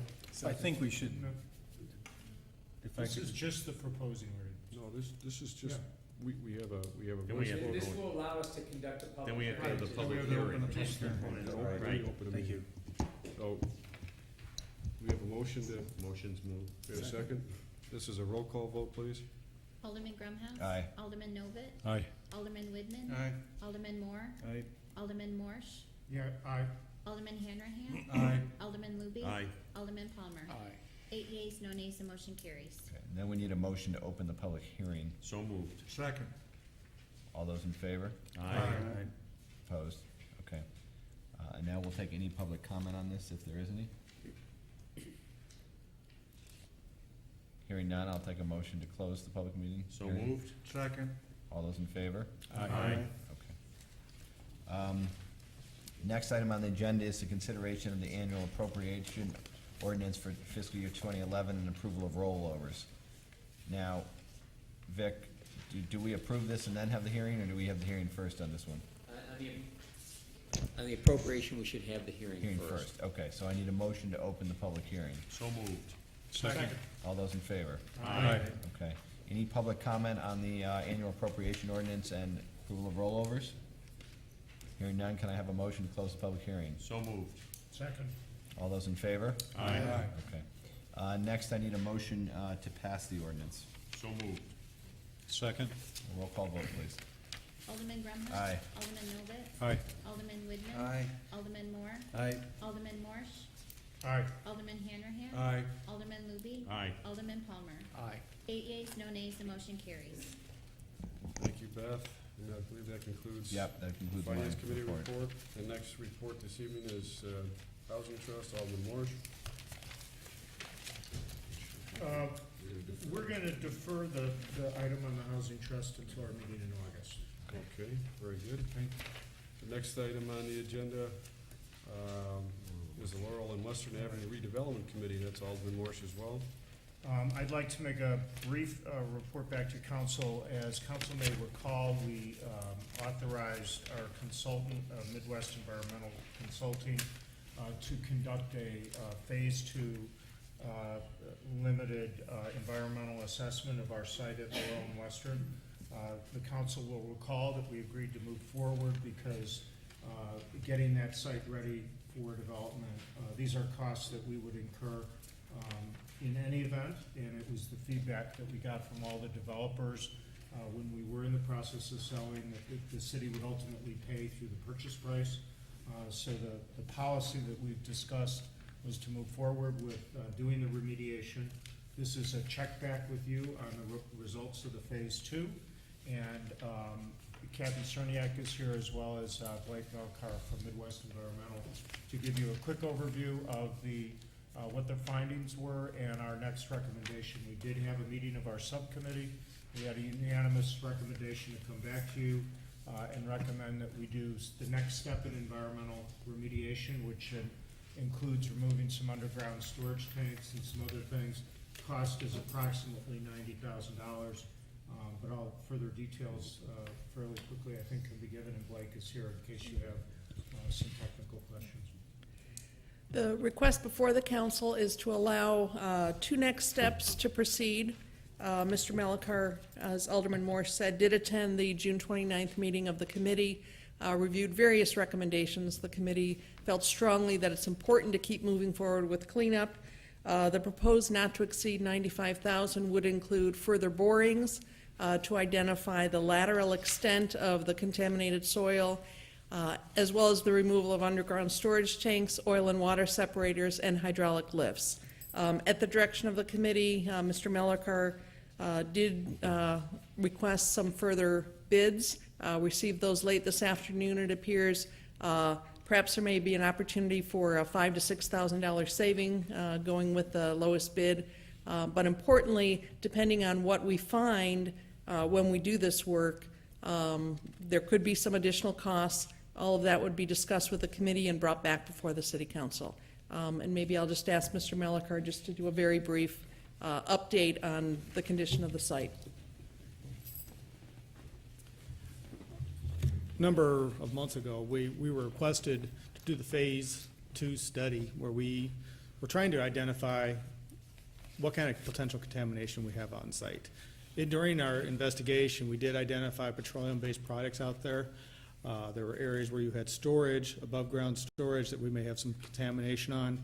Areas that there is a berm that is constructed on the north side, I believe, of the property, that we identified that there potentially could be some potential contamination in that also, this is the reason why we're asking to do additional testing to find what the lateral extent of that is. Contamination that was identified, it looks as though it's soils that were brought in as fill or something along that lines in the past. So what we're trying to do is find out how far does it go in order to deal with that issue.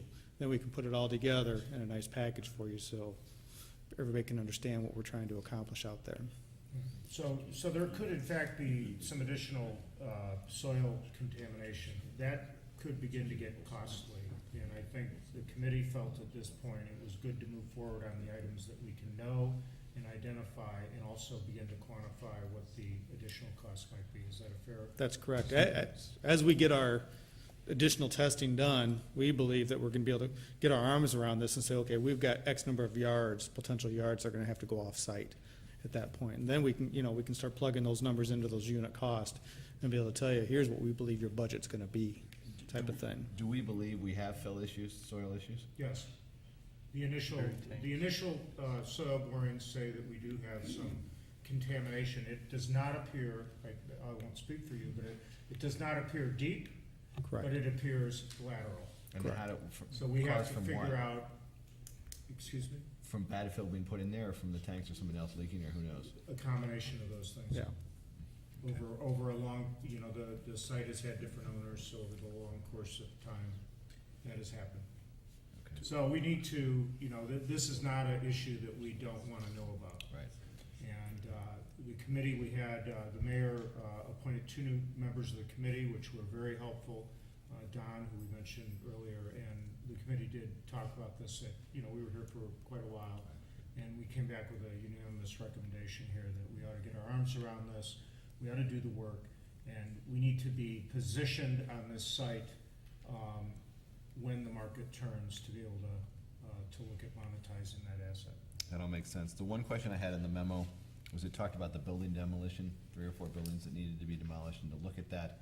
But it also said there was an advantage to doing that, to demolishing those buildings before we took out the underground storage tanks. So I couldn't figure out what we were proposing there, to wait on the USTs until the buildings were demolished, or to go. Yeah, to wait on. We'd hold off on the demolition, work on getting the tanks and such out. There were some separators right, you have some separators that we can go after and take out with the building existing.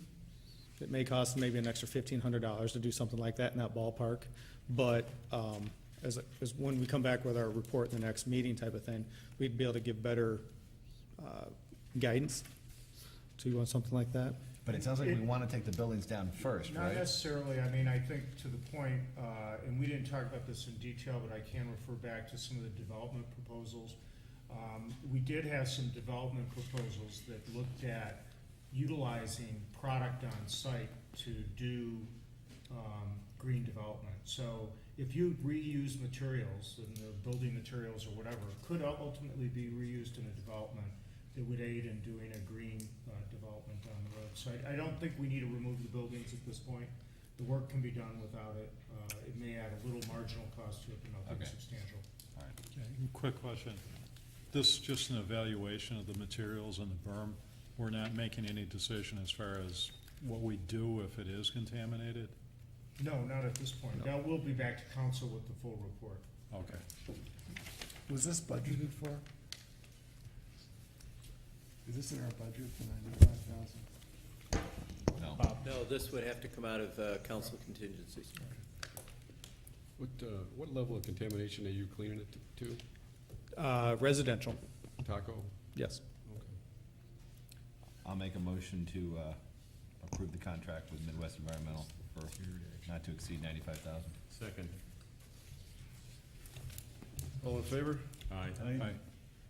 Is that not a voice? It's money. Alderman Grumhaus. Aye. Alderman Novak. Aye. Alderman Whitman. Aye. Alderman Mohr. Aye. Alderman Morsch. Aye. Alderman Hanrahan. Aye. Alderman Luby. Aye. Alderman Palmer. Aye. 8 yeas, no nays, the motion carries. Thank you, Beth. Our next item on the agenda this evening is Legal Committee. Alderman Palmer. There's no report from the legal committee. Okay. Our next committee report is Post Office Reuse Planning Team. Alderman Novak. And this will be a pretty brief report. At this point in time, the post office at least has informed the city of Lake Forest that the evaluation or determination of what's going to be done with the post office in Lake Forest probably is taking the path and urgency that most federal projects are. It's been moved to a very slow, low priority pace by the post office department. The post office is still committed to the city of Lake Forest to explore ways to work with the city to eventually transfer ownership. And the city is committed, obviously, to making sure and ensuring the reuse of the post office building enhances the central business district. But again, it seems to be on a lower priority basis. The city, of course, in exploring reuse, for those parties that are interested, is encouraging those parties to contact Kathy with their ideas and their thoughts on the site or their interest. And one side note, moving from post office to Senior Resource Center, our last meeting was Roger Moore's last. Roger has to be commended. His energies, his efforts put towards the city can't be understated. Paul LeMieux, who's going to be taking over as chairman, has served under Roger's tutelage and will adequately replace him. But I don't want everyone in the audience to think that Roger's on his last legs. At the last meeting, his condition improved, and I noticed he had his Western Open golf hat and shirt on, where it looked like he was on the way to the golf course post-meeting. So he'll be back. He'll be back. That's good news. Our next, On the post office, any explanations given or just? It's just, as far as post office department has gone, before what was a little quicker timetable now has been put on a slower timetable. Kind of like the mail, huh? Yeah, it's, we're looking for a Saturday delivery, I guess, on this. But, yeah, perhaps they're hoping maybe real estate market improves a bit. Really hard to understand their thought process at this point. Yeah, I would agree. I think it's hurry up and wait, that they've got a bunch of parcels that they're looking at, and they're probably just trying to prioritize them and figure out where they can get the greatest value on which parcels, so. They haven't Sounds looked, like this went up the food chain somewhere. probably, Yeah. and they're thinking downtown Lake Forest. That'll come back. Yeah. Okay. Just raise the postage a couple more cents.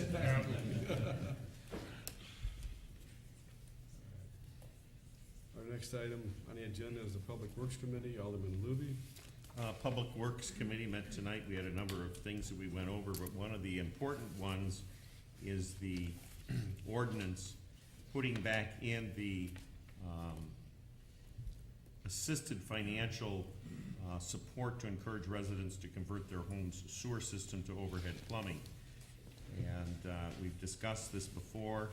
It came back after the May 13th flooding, and it was very well discussed at the June 21st meeting, the council meeting, and we discussed it again tonight. The program will be $3,000 towards the implementation of an overhead system, or 50% of the project cost, whichever is less. Any cross connections, though, that are found in the inspection will be required to be repaired also by the homeowner. And this program will be available to all single-family homeowners residing in Lake Forest and will be on a first-come, first-served basis. So the staff will provide updates to the city council throughout the remaining months of this fiscal year as to the overall community interest and involvement in the program. What we'd like tonight is a waive first reading and grant final approval so we can get this underway. There are a number of homeowners that are waiting for this to kick in so that they can get the corrections made to their homes. So we can have a motion to waive first reading.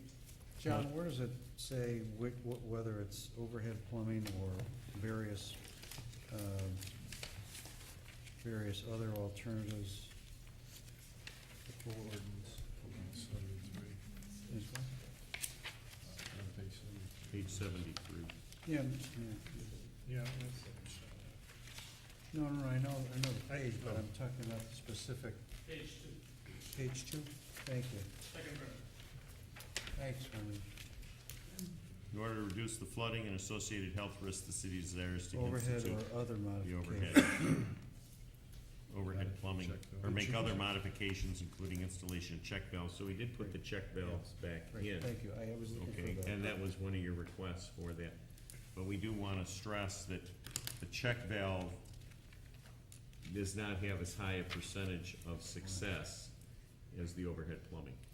I think it's also important, with the prior discussion that we had, that people don't assume that we think the cost of these are gonna be $6,000 or $3,000, and it's not designed to pay for it, it's designed to be an incentive as a Correct. portion.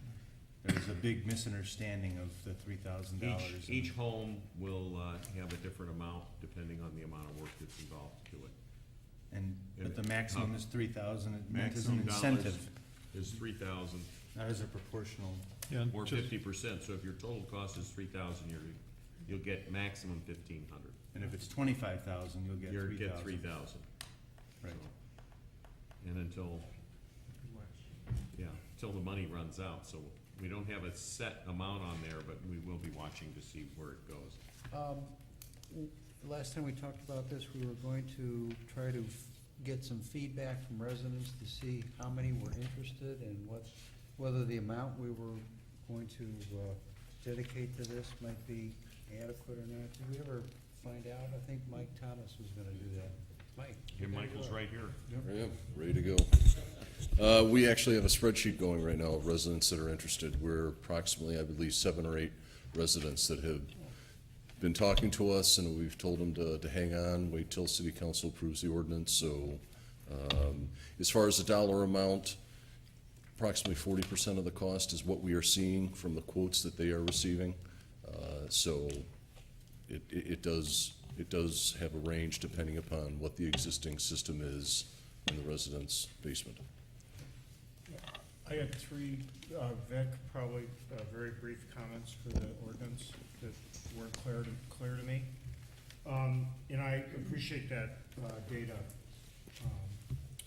on how many are there, but the only place where it says to publish this is in the Lake Forester. Do we want to do a little more I just want to make sure all the residents who are potentially want to We'll be take getting advantage this of out it. in the We took the mayor's mayor's newsletter, et That's cetera, great, so. great, that's This is point just the number one. legal Right, notice I got it. in the I believe ordinance, you. which we're required to do for all Right. ordinances. The so- second is on page 5, section 3A. It alludes there too on an annual basis. This isn't an annual program, I know, it's just wording. And then the last comment, I think we budgeted $30,000 and it was a comeback if there's a broad support for it, Stu. Yeah, that's what I was thinking. Yeah. If we could have some kind of criteria that make it, if there's a lot of, the concern is if there's a lot of people in line for it, let's be very clear up front that when you get in line, you don't get in line with a phone call, you have to have an applicant, whatever the procedures you set up, let's be real clear about procedures. So if we had, let's say we have 20 people and we don't want to tell 10 people no for the wrong reason. We have procedures and we discuss those at the public Great, works, so, yeah. Great, I'll make a motion to approve. Motion to waive first reading. Motion to waive. So You'll moved. make that one, we I'll have a make that. second. Second. All in favor of waiving the first reading? Aye. All right, now motion for final. Motion to approve. Second. I need a roll call vote, please. Alderman Grumhaus. Aye. Alderman Novit. Aye. Alderman Whitman. Aye. Alderman Mohr. Aye. Alderman Morse. Aye. Alderman Hanrahan. Aye. Alderman Luby. Aye. Alderman Palmer. Aye. 8 yeas, no nays, the motion carries. Thank you, Beth. The next item on the agenda is the PCA committee, which is, for those who don't know, because I had to ask Bob what it was again today. What is PCA? Because we changed that. We changed that around. It's a Personnel Compensation Administration Committee. So that's a mouthful. But the first item on that agenda, and the only one, is going to be approval of the amended employment agreement for the city manager, Robert Kiley. That contract is recommended by the PCA committee. It is included in your packet, and apparently that can be available for viewing at the city clerk's office as well. Any questions or comments? Otherwise, I'll entertain a motion to recommend it. Motion to approve. Second. That's a roll call vote, please. Alderman Grumhaus. Aye. Alderman Novit. Aye. Alderman Whitman. Aye. Alderman Mohr. Aye. Alderman Morse. Aye. Alderman Hanrahan. Aye. Alderman Luby. Aye. Alderman Palmer. Aye. 8 yeas, no nays, the motion carries. Thank you, Beth. Thank you, Bob. Thank you. Drinks are on Bob. Well, I will say that earlier this evening, I heard a rumor that I was being paid over $500,000 a year. I would like to say I wish that rumor was true, but I do not make the minimum NBA contract. But I do appreciate all the support that the council and the community has showed me and my family, so thank Keep you. your basketball shoes, you might get. Yeah, that's right. The Heat may need somebody cheap. I can sit on the bench with the best of them. The next item on the agenda is the Transportation Safety Enhancement Committee, which I'd present. The main item on that is a report on the pedestrian rail safety symposium at Northwestern University Transportation Center. We held a meeting on June 22nd, which was co-sponsored by the City of Lake Forest and the Transportation Center at Northwestern University. The purpose and really highlight of the meeting was to try to get some awareness for the public on what we're calling mostly distracted pedestrians, distracted drivers, and a lot of that has to do with cell phones, iPods, Kindles, all kinds of electronic devices that keep people from being aware of the conditions that they're in. And during that, we had a number of individuals from Lake Forest present. We had Susan Banks, Karina Walters, our police chief, Joe Berger, and part of our committee, Norm Carlson, who was very instrumental in putting that group together. A number of individuals that spoke at that were the Operational Lifesaver, which actually does all the safety for the rail crossings, the Federal Railroad Administration, and then we had departments from Northwestern Economics and Medill School of Journalism. Part of the education part was to, again, break into separate groups, get more of a feedback on what we can do to educate the public on the awareness for pedestrian safety. We also looked at engineering solutions for both rail crossings and for platforms. We also talked about enforcement solutions, which was headed up by our police chief, Joe Berger. And we've passed a couple of those already in the last month or so as far as what the police can do to kind of enforce illegal crossings by pedestrians in the rail areas. So it was a good afternoon. I think you'll also see that one of the individuals there was a reporter from the Tribune. I think if you've seen in the paper the last few weeks, he's done a number of articles on rail and rail safety. I believe he had a front page article in the last week or so about rail accidents. And I think you'll see again as rail traffic increases in Illinois, and I think one of the highlights that he pointed out was that Illinois is the leader in rail traffic in many parts of the nation, which was interesting to me. I know we're always a hub in rail, but I didn't realize that we were in many of those areas the leader in transportation and rail. So that's the highlights of that meeting, and we'll continue to update you as that committee meets. Our next general item on the agenda this evening is comments by council members. Do you have any general items? I have one. Yes. And that is this, yesterday we had a very successful Lake Forest Antique Auto Show, which is one of the big things for the city and a lot of fun. We had a couple of thousand people attend besides the show cars that were out there. But what I really want to say is a big, big thank you to both the city, the Parks Department, and District 67 for making the show a big success with their help. And it's a much bigger undertaking than I think people would ever realize. This is basically a national event in antique cars. It was the 62nd show, and it's the oldest show in the United States, so it has some precedence, and it could not be done without the help of both District 67 facilities and the Park District in this city. So it says it's something really nice. It's a great thing for our residents right here in town, and everybody had a good time. We had warm weather again, as always, but no rain. I've got an update from the development group as liaison. Fresh Market is still open, still on target to open in the first week of August. The strike has impacted the work site, but it looks like they're gonna be doing okay.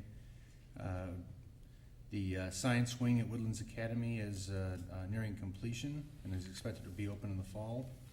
Building permit activity we touched upon earlier is up, with 365 permits issued this year as opposed to 268 last year. The former BP station in Pasquesi site was cleaned up by a contractor hired by the city. Of course, it'll be paid for by the property owner. And that's consistent with code. And there's and that's it. That. Thank you. Any other comments? No? Move on to our next item. Thank you, Kathy, for preparing this. Our next item is the opportunity for public to address the city council on non-agenda items. Do we have any? Yes, sir. Good evening. My name is Bruce Barnett. I live at 671 South Balmoral Court in Lake Forest in Conway Farms. I have a statement that I will mostly read from. Conway Farms is home to approximately 850 people, or roughly 4% of the population of Lake Forest. I am the Vice President of the Conway Farms Homeowners Association and serve on its board of directors. Among the board's responsibilities is financial planning. And what we do is we look at the revenues we're generating through homeowner assessments, and we compare that with our costs, both current and future, just as you do with the budget. Periodically, we conduct a study to identify substantial future liabilities so we can set our homeowner assessments at the proper levels. And we did a study about 8 years ago, at which time we believed we had a solid understanding of what our future liabilities would be. Since then, however, our confidence has been shaken because we've heard conflicting reports from Lake Forest city employees. And as a result, well, for example, we have what we call infrastructure, which to us represents underground utilities. And some employees have told us we're responsible for certain things underground, and others have said otherwise. So we needed a good understanding in order to set our assessments at the proper levels. and we therefore met with the developer of Conway Farms and learned from him what he believed our undertakings are. And then we met with Kathy Zerniak in November of 2008. When we met with her, she told us that she expected us to have a report within 2 weeks. And that she understood our problem, she understood our need for certainty so that we could do appropriate planning. It's now over 600 days, not 14 days. We still don't have a report from the city. During the ensuing year and a half, I have sent numerous emails to Kathy, some of which have been answered, others have not been answered. Few of the promises that she made have been delivered.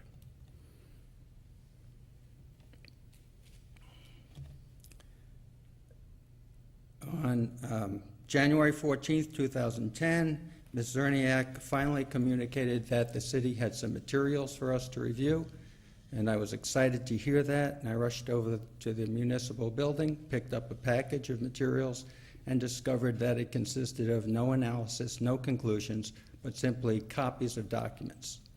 So it was over a year, and all we received were copies of documents that could have been reproduced by a summer intern in a week. I was actually stunned to see that. So finally, with no progress in sight, we decided that we would call around, make some calls, because, well, we had refrained from doing that because we didn't want to embarrass anybody. So we did. On April 15th, I spoke with Mayor Cowie, I spoke with Alderman Hanrahan and Mosch.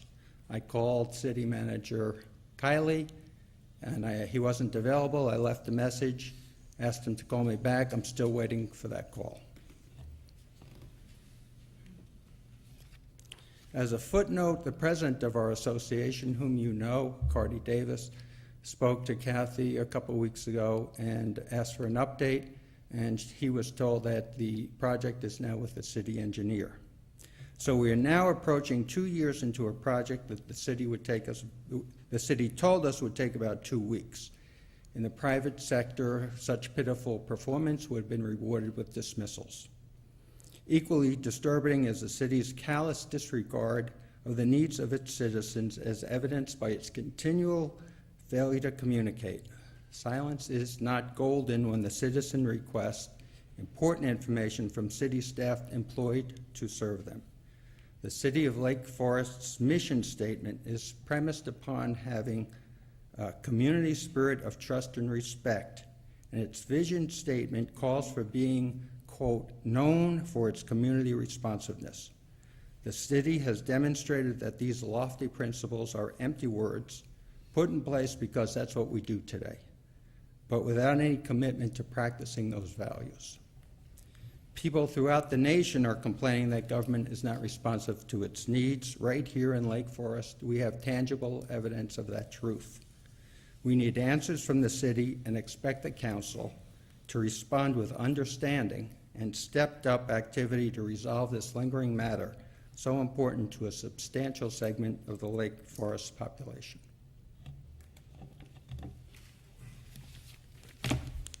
Thank you for your comments. Kathy, do you have a follow? You want to make the same comment, or I'd like to hear?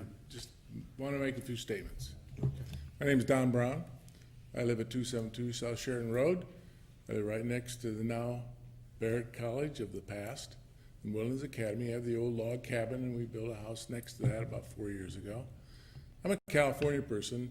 I'm fortunately married an Illinois person. In fact, I'm 74, and I can say Bob Kiley, my wife, used to babysit for Bob when he was growing up, so I get history there. But what I like to bring up is that I've been on many boards in California and all over the United States and all this stuff, and I think that I compliment you on it. You fellows or gentlemen are doing a wonderful job. It's unfortunate not a few more women in here, but I think you're doing just a great job. It's a wonderfully run city. I've lived here 10 years now, and we go back and forth between here and California. So I do appreciate that and your service, because I know what you give up to do that.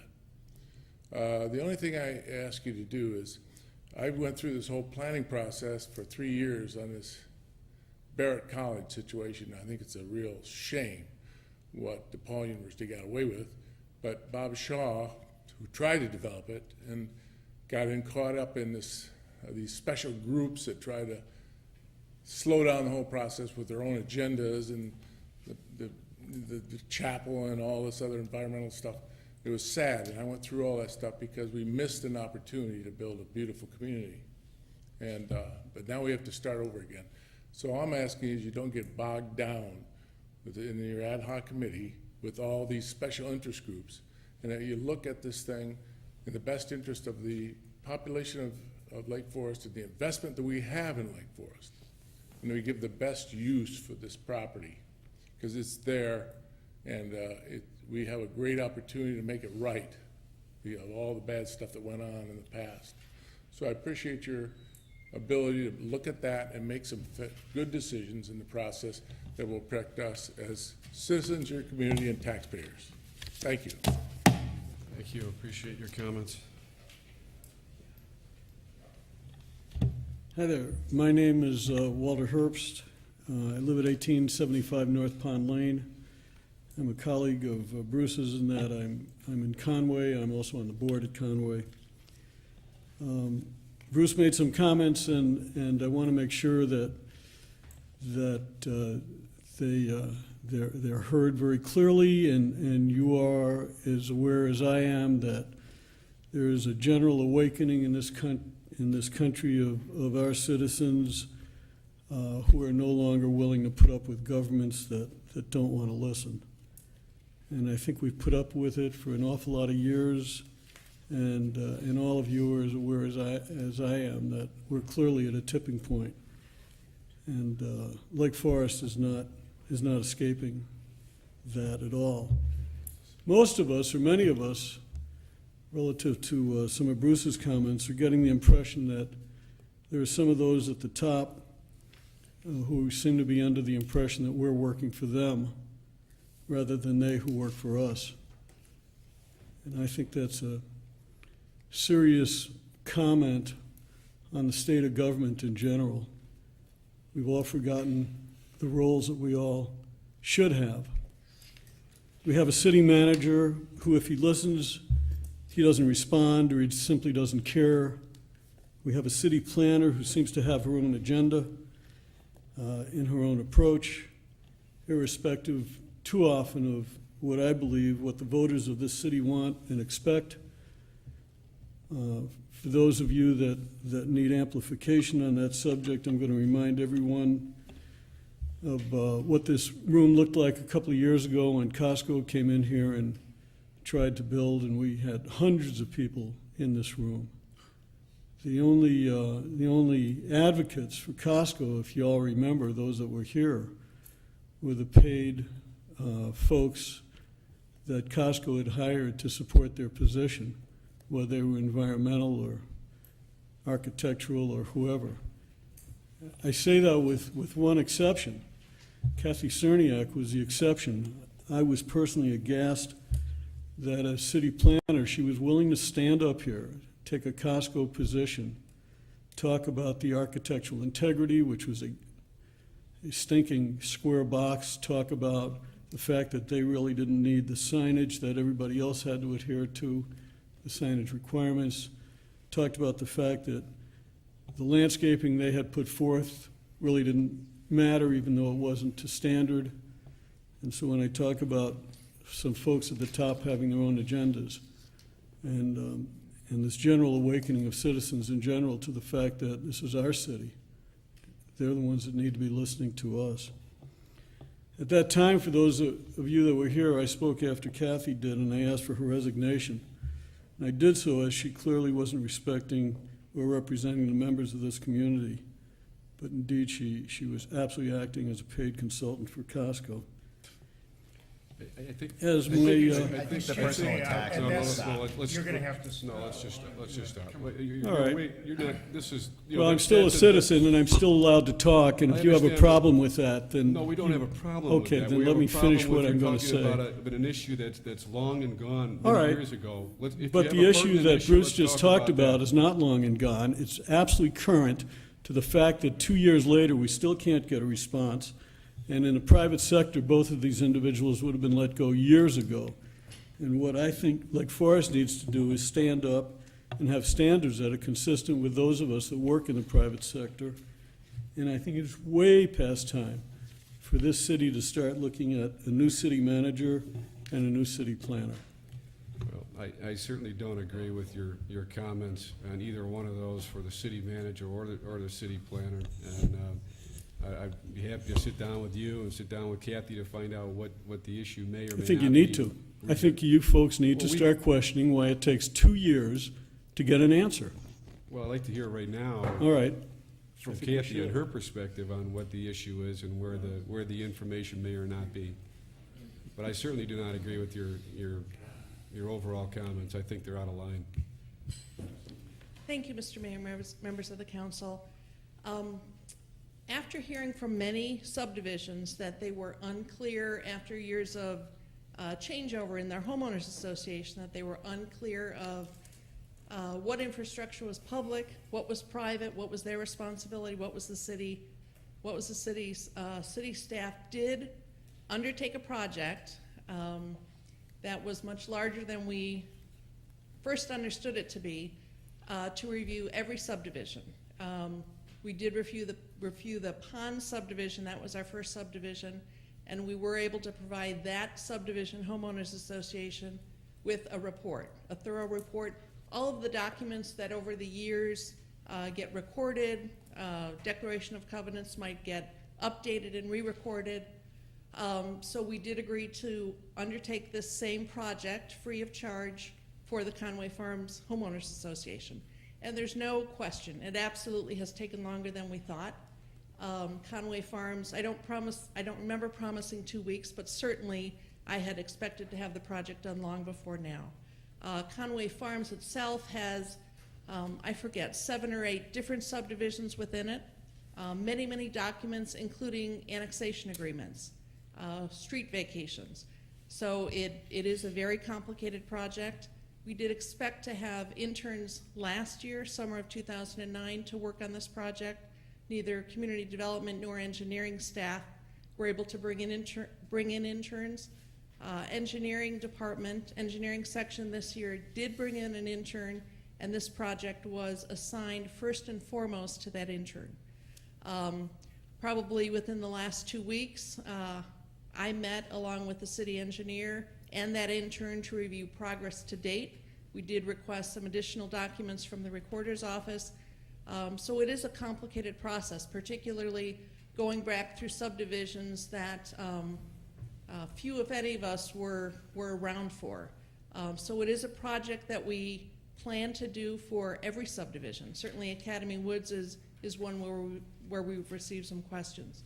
Our plan is to give each homeowners association a complete notebook with all of the documents, a complete report that identifies all of the infrastructure, and then any future homeowners association board that doesn't have that document, we would then charge for city services. But this first time we are doing it free of charge. So absolutely it's taken much longer than we had anticipated. Certainly has not been a project that we could put in front of other higher priority projects. So I do apologize for the time it's taken. We do want to make sure it's accurate and thorough. And again, we do have an intern on staff this year who has been assigned that project. Kathy, does the Conway Farms Homeowners Association have the information that they have requested from the city at this time? At this point, we have given them a number of documents, and everything we are going through, Mr. Barnett is correct. It is documents that the Homeowners Association should have, and it sounds like they did have them in their records. There are some documents that were missing. We're still trying to locate those, but the important piece of this is to go through all of the documents, and particularly in Conway Farms, what we're finding is that some of the subdivisions perhaps have some contradictory information. So as we did with the pond subdivision, we ultimately had to seek the help of the city attorney. So we want to be sure that this report is thorough, is complete. And for subdivisions that we're doing now, we're doing this report and compiling this data at the front end so that we don't have to go back. So, no, the homeowners association does not have everything they've requested at this point. We're still working on compiling that. Do you have an estimate of time as to when you'll have all the information that they're looking for? I don't want to throw out an estimate of time right now, but I can certainly check in with the city engineer and with the intern and find out where we're at. I know that the intern had made tremendous progress so far this summer, so we're a lot further along than we have been before. But we can certainly sit down, look at where we're at, and provide a time frame.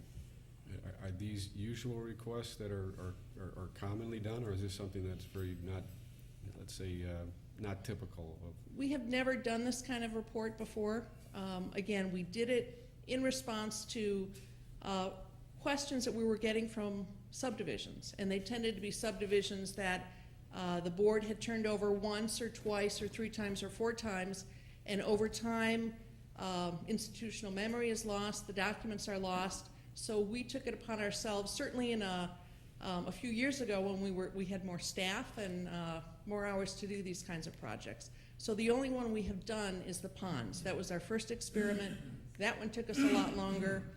We were in the middle of that one when we first had the request from Conway Farms. So it's not something that we've ordinarily done. We have agreed to do it without charging, but we may want to rethink that, knowing how much time it's taken.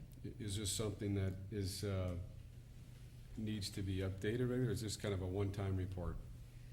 This is a one-time report, and again, all of these documents are documents that the developer has, and that theoretically should be in the hands of the homeowners association already. But we're going back, making sure we have all bits and pieces, and doing a full report. It'll be a one-time exercise for each subdivision, and then we would keep the report on file. If the homeowners association needed another copy, we would have it on file and we would charge for it. And the big issues here are costs that they're currently covering that eventually come over to us that we have to pick up as a city? No, the big cost, the point of this is to really, in some subdivisions it's very simple, identify what is the responsibility of the city. Earlier you were talking about White Stable Vineyard. The sanitary sewer and the water in that subdivision will be the responsibility of the city. In some cases, there are private roads. In Conway Farms, there are both public roads and private roads. In Conway Farms, there are bridges. There are areas where the easements are unclear. So it's really going through the whole subdivision file and being very clear about who's responsible for what, so that going forward, the homeowners association has those documents and is clear, has the information they need to determine what dues to charge, for instance. Is there a liability associated with the city doing it instead of the homeowners, which would be the normal, I mean, any normal homeowner would have to do their own research and not have have the city files be available? I would ask the city attorney to comment. May I I'd like to hear from the city talk attorney. about that for a moment? First. Can I hear from the city attorney in Sure, of response to course. that question, please? To the extent that we're gathering information and making it available in the nature of a freedom of information request, that's not something that's going to trigger any liability. I don't think that, depending on the level of analysis, I don't think we're going to be making any kind of assessments as to what should be the amounts levied by the homeowners association or anything of that sort. Everything that should be in hand are things that should be recorded against the property. So we're just helping to organize and gather, I presume. Victor, could I ask, and this is my clarification, for clients that I represent, developers, and developers turn over management of condominium and townhome associations, and I assist in turning over these associations and trying to define to the owners what their responsibilities are. I'm paid by the developer to chart this out for the association, and I have an obligation under Illinois law to turn over a packet of documents defining that to the association. I'm confused. Again, this is not a typical city service in any of the communities that I would work with, this is something that is a matter of private undertaking. Now, there are some things that the city can say. The roads are ours, these pipes are ours, everything else is yours. And the example that was given with the ponds was a similar situation. There were some, there are different elements of the overall drainage system within the ponds, and it was a matter of sorting through those different drainage elements. But, yeah, genuinely, as I turn over an association and provide all the documents, at least from the developer's standpoint, there's a responsibility to define a lot of these items. It almost seems like the developer has kind of walked away and now is not bearing that expense that's now borne by the city in this case. And I'm just If trying I to may find- clarify, we indeed received an entire package from the developer, as is normal course, as you point out. We thought we understood quite well what our responsibilities were. It was only in conversations with city employees who came by and told us, no, that's not our responsibility, that's yours, that we had any confusion whatsoever. And so in order to put that all to rest, we met with the developer and then we met with Kathy.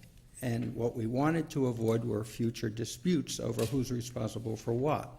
We thought if we can nail everything up front, we would do away with future disagreements. That was the objective. It was not for the city to educate us. We believed we knew what our responsibilities were. It was simply different points of view. As you well know, the documents for Conway Farms are that thick, and words are subject to interpretation. So we wanted to be on the same page. That's all that was about. And I was going to say, Grant, for lawyers, it takes a lot of time and effort to define these and try to bring some conclusion. Obviously, for a layman, it would be very difficult. Well, we have lawyers on our board. It's not that complicated. Okay, but they haven't at least lent some guidance to you to define? I'm clearly not making you understand that this is not an issue of our failure to understand. It's an issue of trying to find common interpretation of the language so that we don't have any disputes over who's responsible for what in the future. And I do want to clarify, if you indulge me for just a couple more minutes. On March 5th of 2009, I wrote the following email to Kathy. We are now into our 4th month of waiting for what you initially described as a 2-week project. When I checked in over a month ago, you indicated that you expected to complete a draft within a week. This is an important matter for the many residents of Conway Farms, and we are frustrated by the apparent lack of progress and disappointed by the silence. April 13th, unless I missed a response from you, another 5 weeks have passed with nothing but silence. I apologize if I have responded, if you have responded and I'm simply not aware of it. But if you haven't, I hope to hear something from you this week. So there's a substantive issue, and then there's this issue of communications, and they're both equally egregious to us.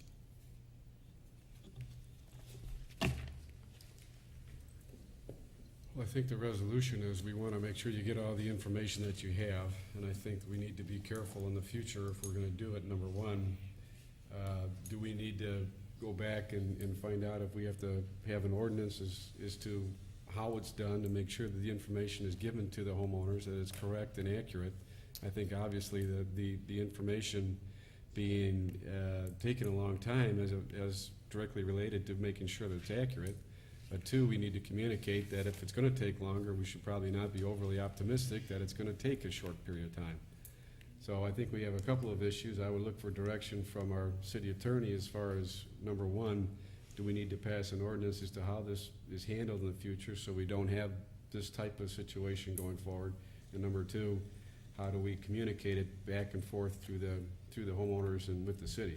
Well, I think, and again, I haven't been involved in this particular one, but certainly with respect to the ponds, that started with a suggested approach by the residents of the ponds, of the association there, and they presented what they understood to be the situation, and that was something that we then reviewed. It was not something that the city started with a top-to-bottom review of, and frankly, that may not be a preferred approach, only because a lot of the things, as Mr. Barnett noted, are fairly obvious. If they have gone through it already, perhaps in order to move this along more quickly, and unfortunately that may not have been how it started in this instance, but the best thing might be for them to identify those areas where there seems to be some uncertainty, and then those can be addressed more particularly. That will probably expedite any kind of clarification that's being sought. Let me just make a comment, based upon the comments we've gotten today. I guess the city and its governing bodies have kind of gotten mixed reviews. Some people think we're doing a pretty good job, some people think we're doing a pretty deplorable job, and for those, Bruce and your group, who think we have fallen short of our promises and your expectations, we apologize and we'll try to get it right. There's also something, I'm hearing they're asking for an interpretation of a stack of papers they already possess. And what I'm hearing from Kathy is she's accumulating the packet of papers. And I think, to Kent's point, it'll take an attorney, and several attorneys might have different opinions on how to interpret these things. And I think that the time and care that Kathy's putting into it, albeit without enough communication, from what we've heard, I don't even know if that's an appropriate task. It sounds like it's not even unless you've got 3 attorneys working for you, they're never going to get the answer they want, and they've got the attorneys and the paper. I don't see how the work could be completed as it's been described here, to me, for the first time. Vic, I guess I go back to you, can you give us some guidance as to how the city should handle this going forward? Obviously, we have a lot of homeowners associations, we have a lot of different subdivisions, and obviously it takes an awful lot of time to accumulate the information, and are we gonna act in the role of the interpreter? Are we gonna simply accumulate the information? How do we do that? How should this go forward? And I guess, I'm not asking you to respond with the accurate information tonight, but we need it soon. Yeah, I would think, when the city accepts improvements, that's a pretty clear delineation that those are now the city's.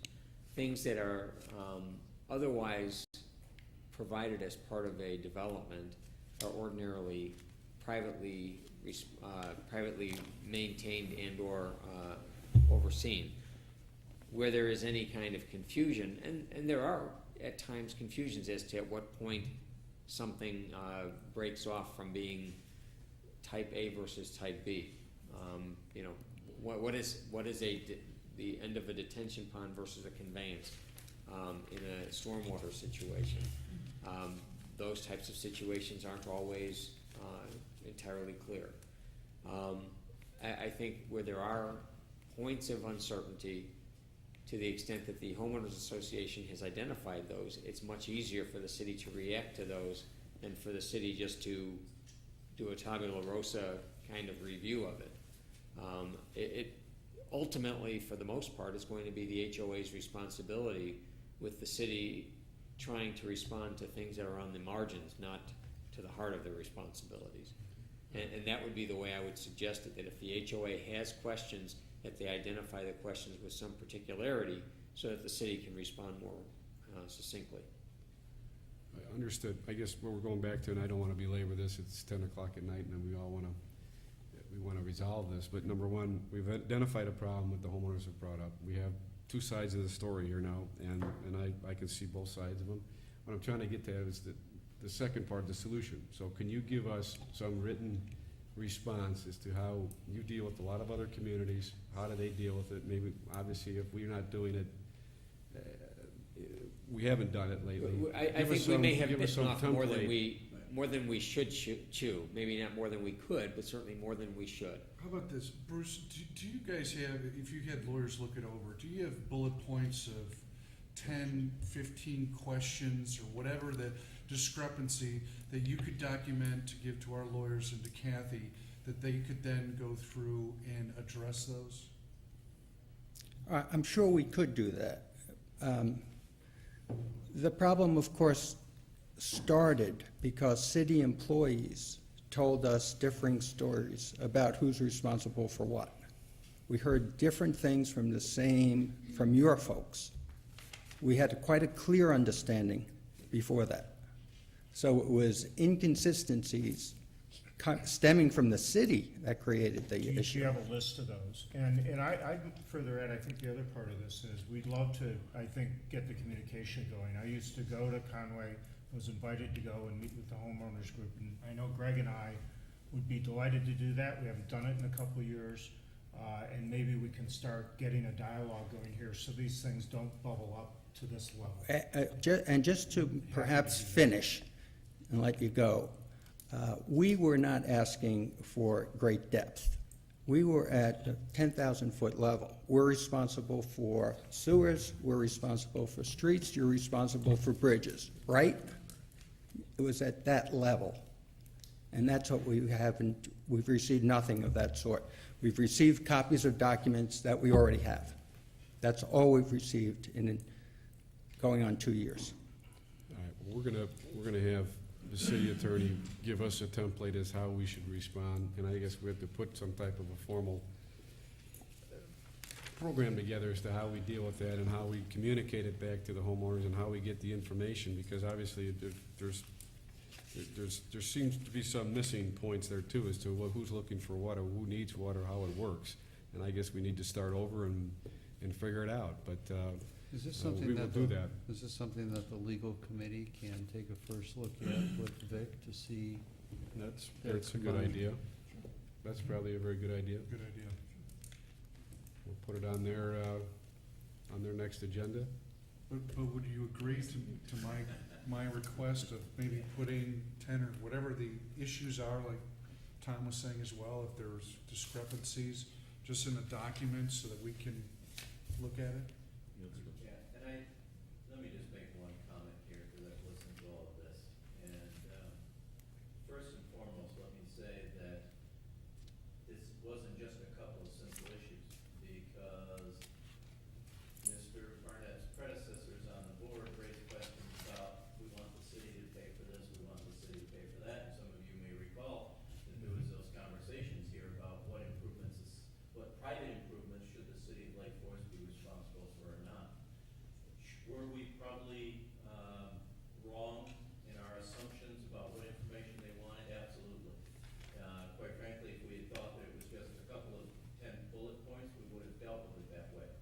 Unfortunately, maybe we've tried to take the same approach with every subdivision, every HOA in town, which is they have limited information, because over the years, as boards turn over, what we learn is they lose stuff, they don't have access to documents, and so we use the model that we had with the ponds, assuming that that was the case here.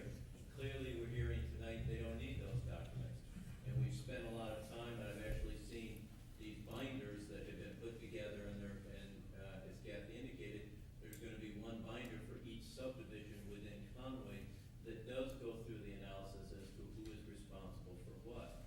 I think the question's gonna come down to, though, is I don't think we've necessarily given mixed messages, or quite frankly, if a maintenance employee is out there, maintenance employee doesn't have the authority to speak on behalf of the city about what is responsible or not, and they shouldn't be listened to in terms of being able to provide reliable data in terms of what our liability is or not. I think we've been clear in the past as what that is, and I think where we fell short, or where we felt we were being asked, was give us the legal interpretation and the legal documents that prove your case, that prove your position that you are not responsible for that. That is what we were putting together. If that's not what they want, then we can sit down, we can have Vic there, we can have representatives of the homeowners association, we can have the 2/3 ward alderman, and go point by point and say, which do you think you're not responsible for or are responsible for, and we can just check them off the list. It could be a 2-hour meeting to work through it, if that's truly what it is. But I think once we get into the room, we're gonna find that there is disagreement over who's responsible for what, based on certain legal documents that are available to us. If I may, Bob, I have no predecessors on the board. I've been on the board from day one. There has been no turnover. Bruce? I'll be If happy it to doesn't give you include names. mine, you've got the wrong list. I'll be happy to give you names of That's people fine. that I've met who have been presidents of the Conway Homeowners Association that we have met with, that Mayor Rummel before met with, to go over these exact same questions. I'm sorry, they were not the exact same questions. There have been one or two incidents, discussions, but that's it. And I have been on the board from the very beginning. I don't know what document you're going to produce. I'm not president now. You know, guys, I'm gonna interrupt here. This tit for tat right now is not going in the right direction. We know what the issue is. We know we need to communicate. We need information from you about really what specific things you're not sure about. We try to do the right thing by giving a major report. Maybe we did more than we really needed to, but we need to solve the problem. So let's just. I agree 100%. I just want to correct the record, that's all. It sounds like getting a meeting with the two Third Ward Aldermen and Vic and Bob and Kathy, and with whoever from the homeowners board wants to be there is the right first step. Right. I think that's the correct step. So I think, Bruce, you get a hold of Kathy, and Kathy will help set up the meeting for that group to sit down and go through it. Right. Now let's move on.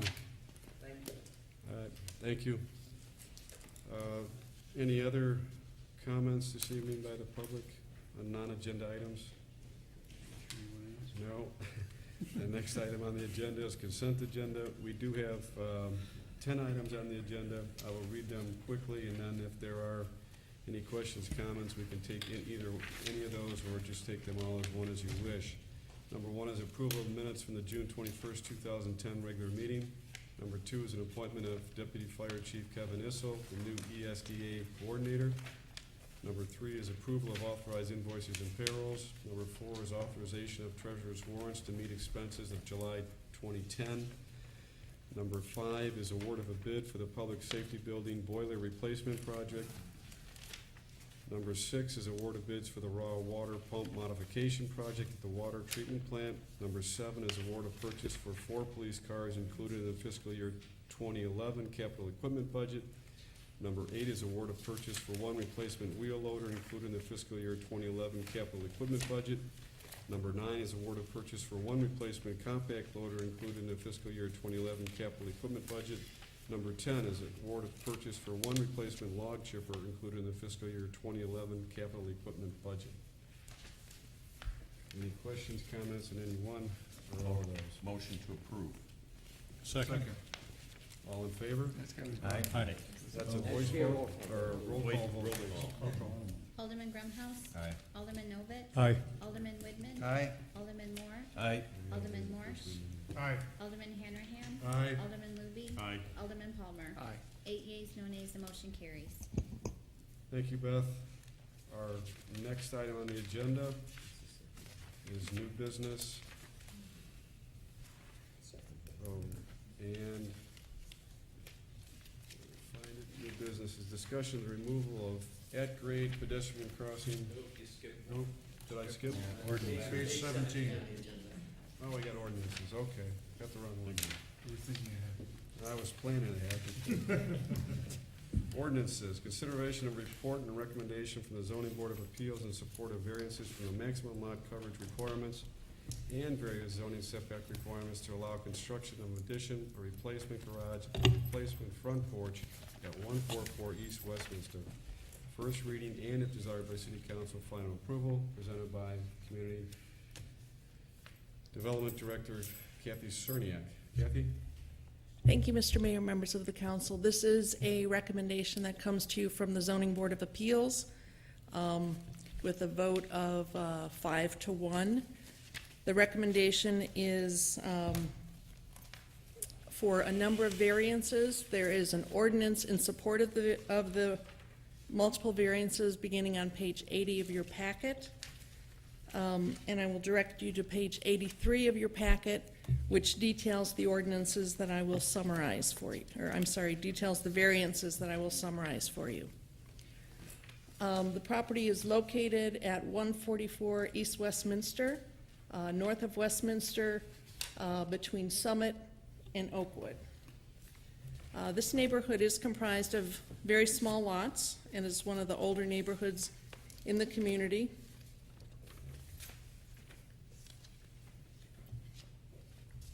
This is the property here, Westminster is down here. This may be a little bit easier to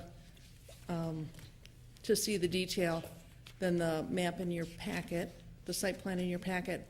The property owners, the Kissels, have requested approval for variances that will allow construction of an addition and some alterations and upgrades to the home. The variances include side yard setback variance on both the east side and west side. The existing house is non-conforming with the current setback requirements. The current setback line is 12 feet from each side. The current house is about 2.5 feet from the property line. The proposed addition on the east side would be 3.5 feet.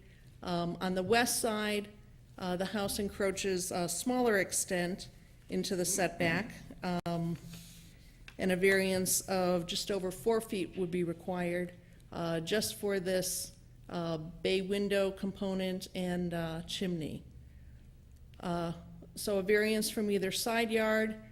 In addition, because the footprint of the addition extends out from the existing house, also required in here is a lot coverage variance. Although the city doesn't have an impervious surface limitation ordinance, the city does have a limitation on the amount of lot that can be covered by structures. In this case, the current house and garage are just below the 30% lot maximum coverage. With this addition, the recommended variance would be at 36% coverage of the lot. Those are the variances related to the addition. There also is a front porch setback, which would simply allow the rebuilding of the front porch in the current footprint. There's no proposed expansion of the front porch. The garage, existing garage was previously authorized through a variance a number of years ago. The original proposal requested a greater variance to allow expansion of the garage. The garage has since been reduced to the existing footprint. So no greater than the variances that have already been granted would be required. Attached to the ordinance is a list of the findings made by the Zoning Board of Appeals. That is on page 82 of your packet. The Building Review Board also reviewed this petition and approved both the architectural detailing, which they found to be compatible with the neighborhood, and a building scale variance of about 15%. I would be happy to answer any questions, and I know that Mr. Kissel, the property owner, is also in the audience. Kathy, what did you say the building scale variance is? Did you say 15%? The building scale variance granted by the Building Review Board, I believe, is just over 15%, yes. So what is the 6.7%? Maybe I've been off the Building Review Board too long, but I never was on ZBA. So the variance request is 6.7%. I'm looking at the first bullet point in our packet. That's lot coverage.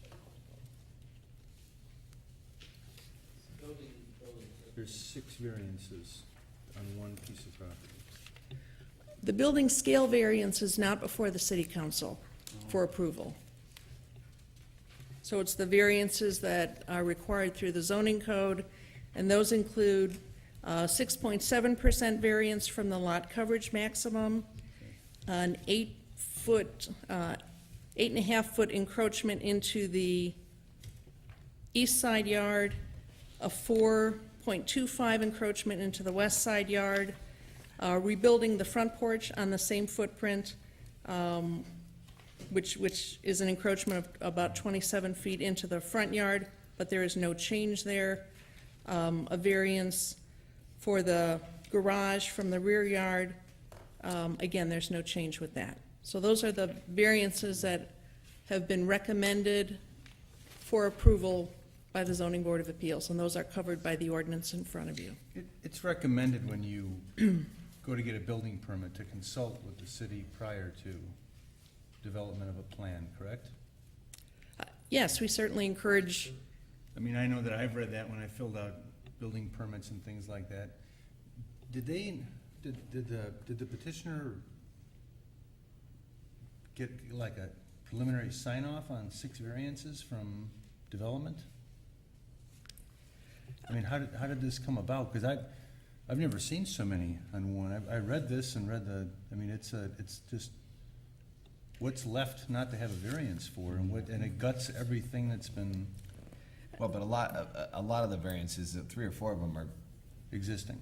I mean, yeah, Which right. put a limitation, I mean, they were, unless they changed, how long has the owner owned the property? 12 years, I believe. Have the codes changed? Is there hardship involved? Other than having a small lot, which isn't a hardship, but. There have been no changes to the zoning code since the owners have owned the lot. The R2 district within which this is located didn't exist at the time the house was built. The house was built first, and then the city adopted zoning. Did that in further the encumber 20s. the house, or? At the time the R2 zoning was placed on the property, the house and many other homes in the West Park neighborhood were non-conforming. When zoning was established in this area, it's likely that it was established looking forward with what the community would want to achieve in this area, and therefore the zoning was established, and yes, this house was non-conforming and has been since then. And when was that? I believe the house was built about 1910. Zoning was established in the 20s. So the house was built before the city had zoning. Okay, but since the 1920s, it's been non-conforming or since R2? Since the zoning was applied to this property, it has been non-conforming. I can't stand before you and say, since the 1920s, there have never been any changes to the R2 district.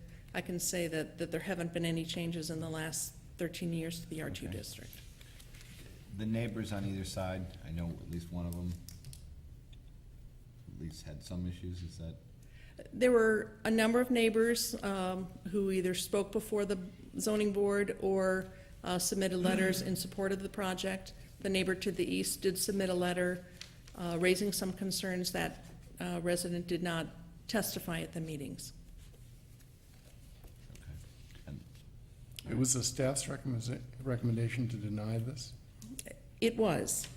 And that recommendation was based on our review of the code, our evaluation of the site, our discussions with the city engineer, and really looking back at how boards and commissions and the city council have responded to variances in the past.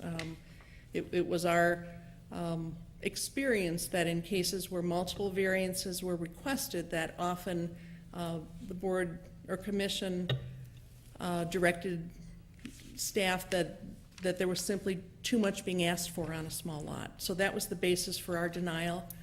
Both the Building Review Board and Zoning Board of Appeals did forward a recommendation for approval. What was behind the zoning board approval as opposed to the recommendation of staff?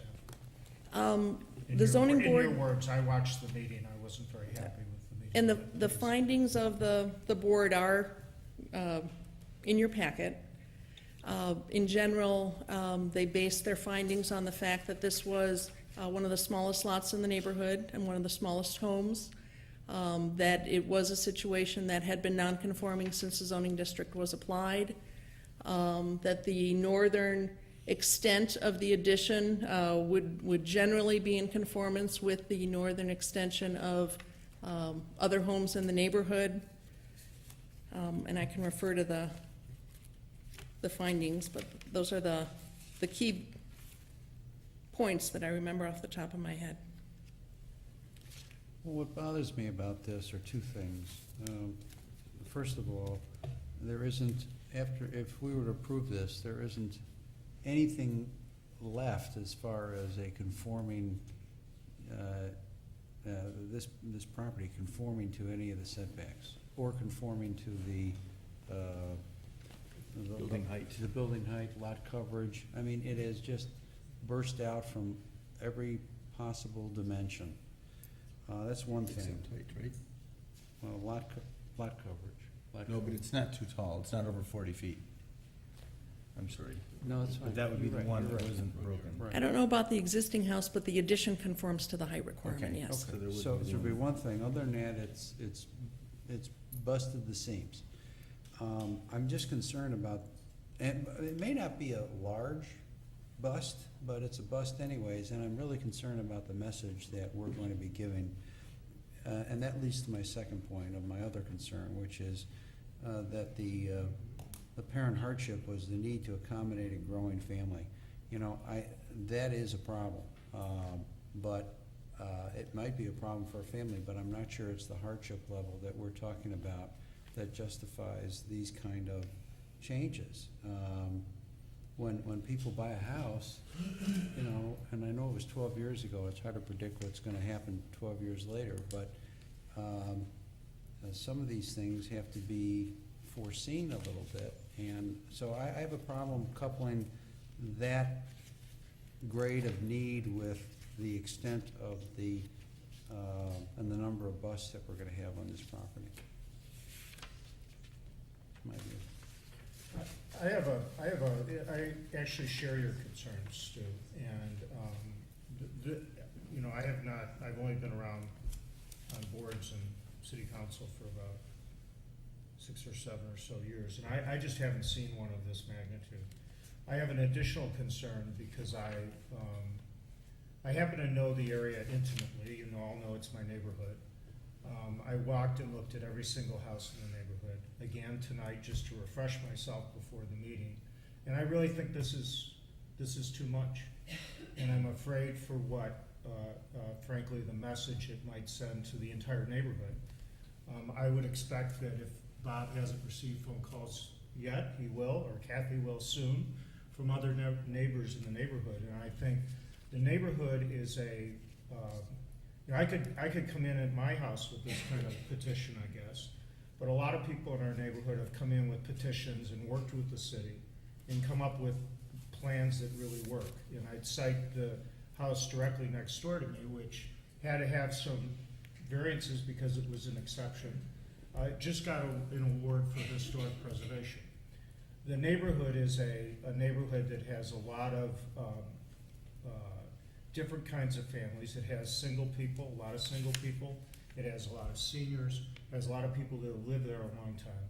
So I'm concerned about the housing stock as well. And I don't want to use, I think Alderman Mohr's comment, the neighborhood having the houses busting out, because I think that loses the character, and I think it's a significant message here.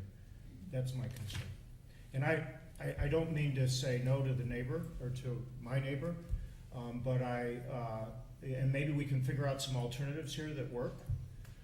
And, you know, I'd be open to what those might be, and whether or not we need to potentially send this back to zoning or somebody to take another look and maybe see if we can get this a little more under control.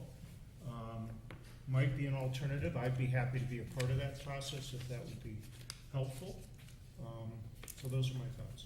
You know, I agree with Tom. I think if we could try to send this back, because Kent, we served together on ZBA, and I don't ever remember anything like this to this degree in my 3 years on ZBA. Maybe there was a few, but I think we're just the overall policy and what direction we're going. It's not just necessarily this particular project, it's just where we're headed that I'm worried about. And I think we need to step back, and I think Tom's suggestion is a great idea. Get everyone together and let's try to scale it down and come up with a compromise. If I could just ask, and yeah, it's coming to this, was zoning, was this the initial plan, or was it the initial plan scaled back, or has there been compromise to get to this level? The original plan did request a larger garage. That was scaled back. The addition was pulled in about a foot, and I believe there was about an 8-inch to 12-inch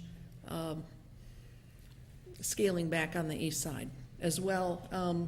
And the bay window, on the west side, I believe has been raised, so it won't have a footprint. It'll just be a articulation in the middle of the wall. Yeah, I think it's also important to point out that these smaller homes in Lake Forest, as they get made into bigger homes, I mean, this is why we're forced to deal with things like Settlers Green. And, I mean, these were, and this is something Ren told me when I was coming in. He said this is one of the problems with the overbuilding is it just raises the whole house size and prohibits, you know, certain, an entire demographic from being able to move in. I mean, it's and that's why the zoning code is there. Anyway, that's just another point. What were the engineers' issues? You said engineering had some, was it just lot size, lot coverage? Lot coverage is an issue, and can the drainage be handled on this lot? Probably. The city engineer and Mr. Kanapareddy can correct me if I'm wrong, but Ken Magnus did say overland drainage on this side will be tight. It's already tight, and we'll be extending the tightness about 15 more feet. May need to be piped, but he said probably we can get the water off the site, but it's really the cumulative effect. If in fact we're going to approve variances of this kind, the house to the east actually isn't built all the way to the setback yet, so that house could be extended. But I think the concern from engineering is the sewer systems in our older neighborhoods are older sewer systems, and they were not built with the intention of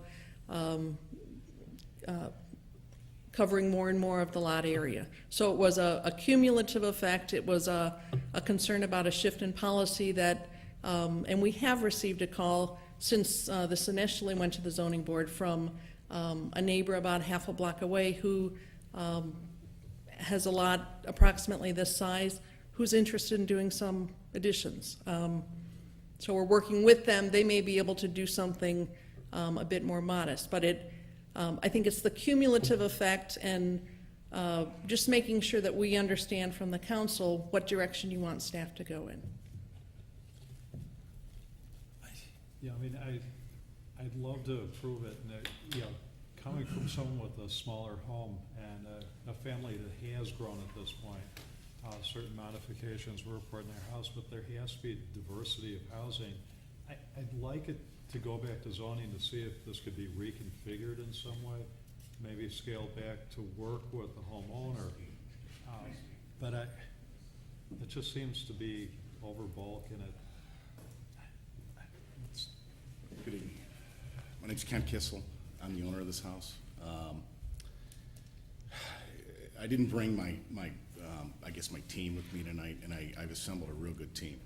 We've got Landmark as our builder, who's experienced in this neighborhood. We've been looking at this for 2 years, and we're not going for anything inconsistent to what's already the existing footprints in the neighborhood. To Alderman Morsh's contents that it's single people and older people, there's a lot of young families in this neighborhood, and there's also a lot of rentals. We can go one way or the other. We're committed to Lake Forest. We love this neighborhood. We love the fact we can walk into town. We can, you know, our two girls can, you know, experience Lake Forest, experience the Metro line down to the city, experience some of the culture of Lake Forest that you might not get in a Conway Farms or some of the areas of Lake Forest. You know, the other point I'd make is we're talking about 5 or 6 variances. We're talking about one. It's the lot. It's a narrow lot. There's 2 narrow lots in this neighborhood, and if you expand out, you can see the other one to the west. You're talking about 600 square feet. 600 square feet. The drainage issue we've researched. We're prepared to present research to staff. They told us to hold off until after tonight. We've been through 2 zoning meetings. We've been through the BRB meeting. We've stated our case. I didn't come tonight to prepare to state the case. We've come back a foot in the back, okay? We've reduced the garage footprint. We've done everything that we think is right to make a credible, solid project. I appreciate Alderman Morris walking by the house. I don't know how many of the rest of you have walked by the house. You're not talking about a huge footprint. Maybe at Lake Forest Day Parade, you can come by and see what, you know, some of the dynamics of this neighborhood. The other point I would make is we've seen 8 other projects and multiple variances be granted in this neighborhood over the last 12 years. I can point to one across the street, I can point to them down the alley, I can point to a dairy garage on the T that was falling down when we bought this house. And every one of those projects has been not only successful, but enhanced the neighborhood.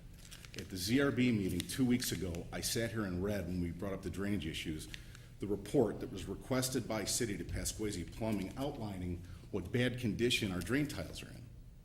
We're prepared to spend the money to make this a modern home. You can't see what you're talking about from the street.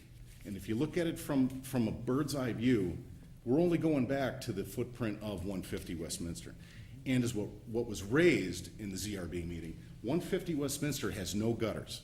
So if we're gonna talk about drainage on that setback, let's get some gutters on that house. That's all I have to say. Thank you.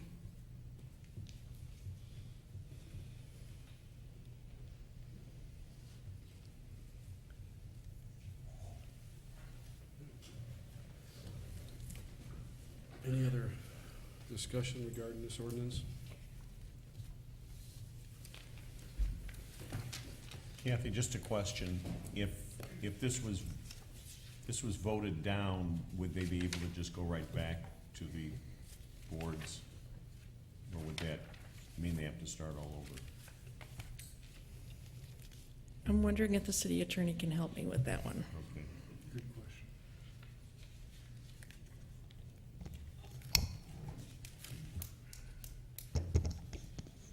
I think that the multiple number of variances, I think, are really just focused on the lot coverage. Can go back to the ZBA, can go back to the ZBA for further review. I think that the council's discussion tonight does illustrate that there's some hesitancy about the overall size of what's being sought, and I think when you're faced with that type of choice,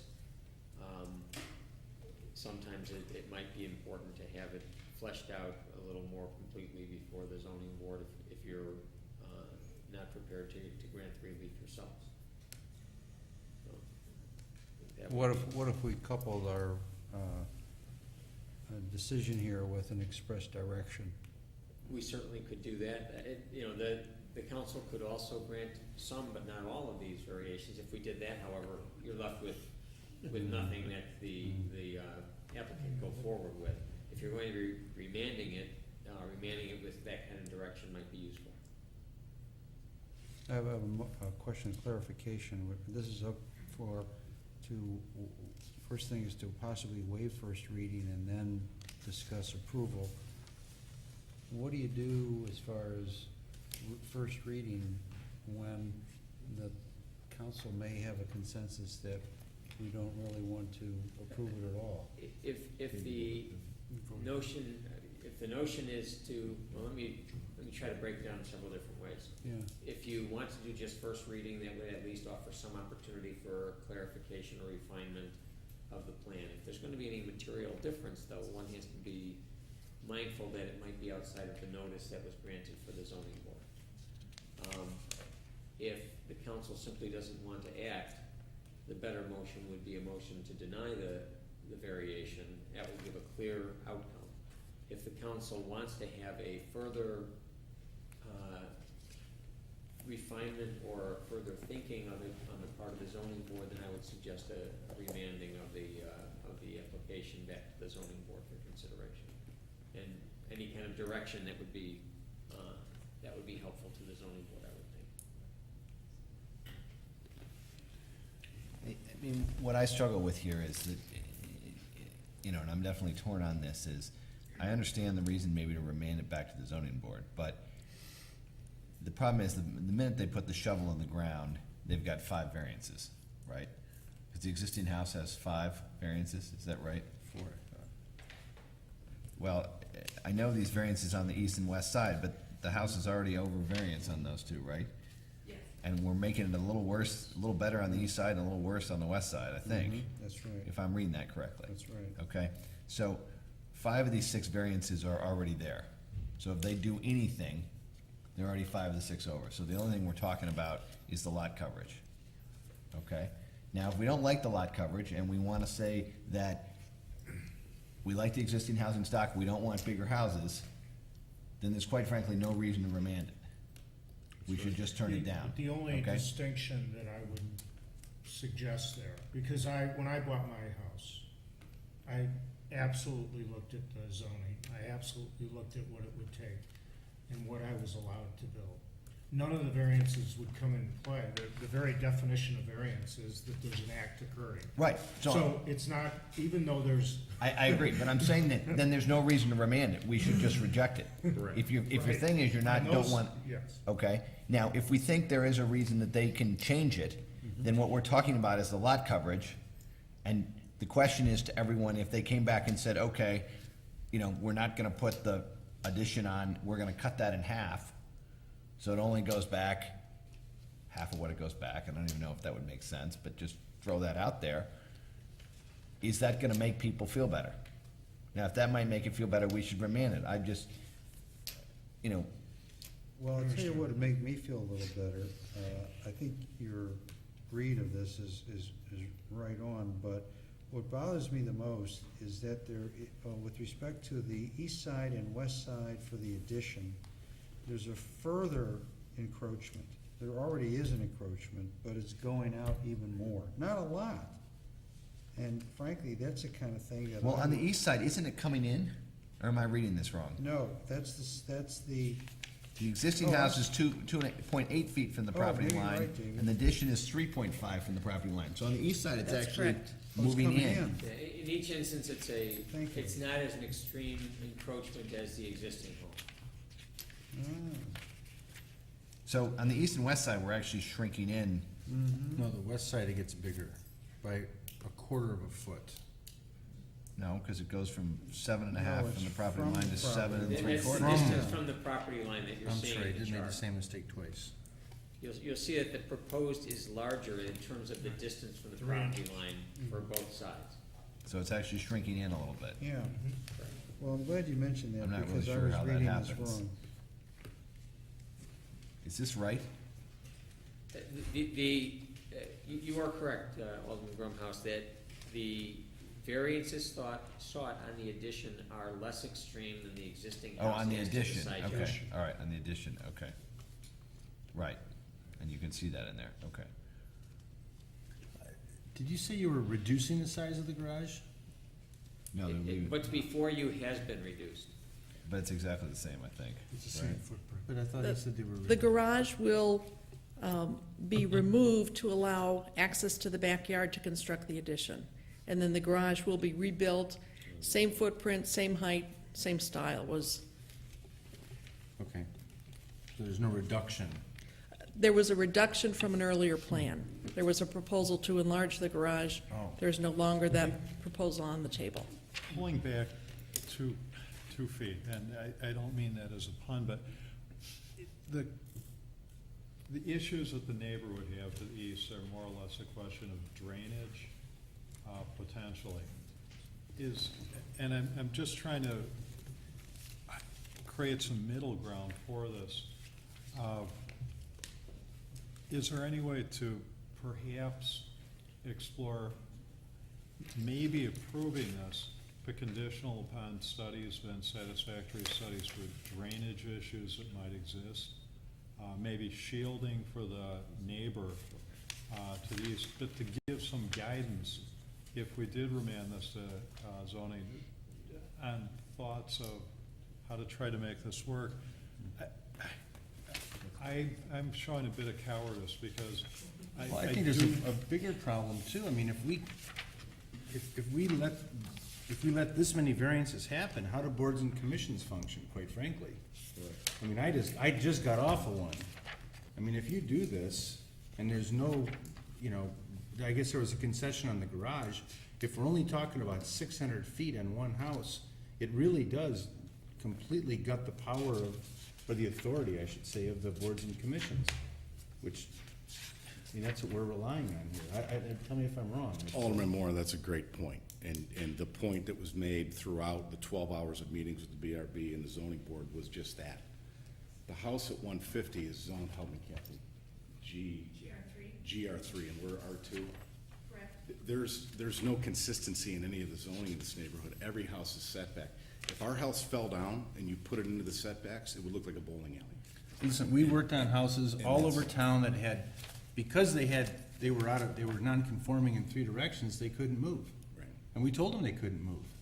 On Vine Street, on Oakwood, I mean, there were homes that they were stuck. There were covenants on 7-acre estates. They were stuck. Everybody wanted a little bit, and if we gave it to them, the character of the town is lost, and that's what the boards and commissions exist to protect. I don't believe that's gonna happen here. Well, I'll tell you, I do if there not was believe ever a that. slippery slope, it's six variances on one property. I'm sorry, I don't mean to attack I your understand. property, but I understand. It's a discussion that needs to be had, and I wasn't prepared to get I granular wish you were tonight. intellectual and you weren't the owner, but I mean, it scares the heck out of me. I don't know, if somebody brought this up at a HPC meeting, it would be very, very hard not to. But then you have to be of the opinion, and I'm not saying it's the wrong opinion, that a house like this cannot be altered. Because if they do one thing, they've got 5 variances. Right, well, they shouldn't make it bigger. How's that? Okay. I mean, you could even maybe set some rules up where, you know, you could maybe, I don't know, it's a, I mean, I guess where I come out on this, and I don't mean to and it was encumbered when it was purchased, the exact same way. is, So there's no hardship, right? I mean, that's, you know, I'm just not sure remanding it's gonna do anything. So to me, we either should reject the petition, or we should take first reading and think about it, because I'm not, you know, that would be where I would be to pass it on first reading and then bring it back again, because I wanna think about it more. Now, the rest of the council may be of the opinion that they've seen enough and they're gonna reject the proposal, but, I'd like to think about it more because now I realize that the addition is not encroaching as much as the rest of the house, and I had misread that before. So now you have this situation where you do have a new encroachment, but it's less than what was originally encroaching on the other sides. I would go with granting first reading and just think about it a little Could more. I propose a different alternative? And the problem I have is with the bulk, you know, basically, and overbuilding and the question of, again, diversity of housing stock. Is it plausible to give at least the petitioner the option to let this go back to zoning with the thought that the council is troubled by this, instead of forcing a vote by council and living or dying at this point? It might be an option that we might give the homeowner at this point. I don't know if the council would agree with that thought. 600 feet seems so reasonable, but 6 variances seems. well, it's 600 feet on 2 floors, right? I mean, how far does the addition go back? 15 feet. 15 feet, okay. And is that at the wide point or at the, That's back wide, it's 19 and a half feet. right, but is it 15, there's a little rectangle on the back, is it from the rectangle forward or is it from the line? So it's 300. The main mass of the addition is 15, and then Okay. this takes it to 19, is that correct? That's the porch. Right, this is the porch. So this is the 2-story mass goes back 15. 2 stories, total is 600 feet. And the existing house is about 32, I believe. So, you know, maybe if you took it back only 7.5, that would change, I don't know. But it's not, ZRB and the boards have looked at this, it's not feasible if you do that. This is landmark, and I wish John was here, put this together with all of the stakeholders in mind. And, you know, I just took the stakes down Sunday, I finally took them down, I had them out, I had every member in the backyard. You know, they all struggled with this, but both the boards came to the right decision with very few dissenters. And I don't know if I mentioned it, but we have petition support on this for virtually 98% around the ring, and additional support across the street.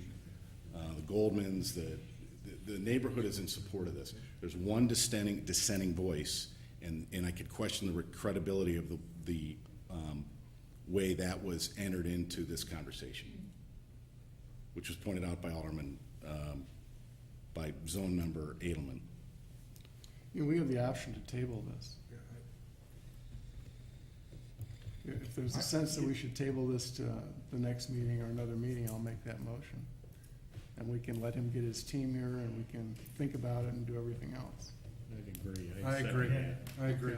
I motion to table it to the next meeting. Second. All in favor? Aye. Aye. Opposed?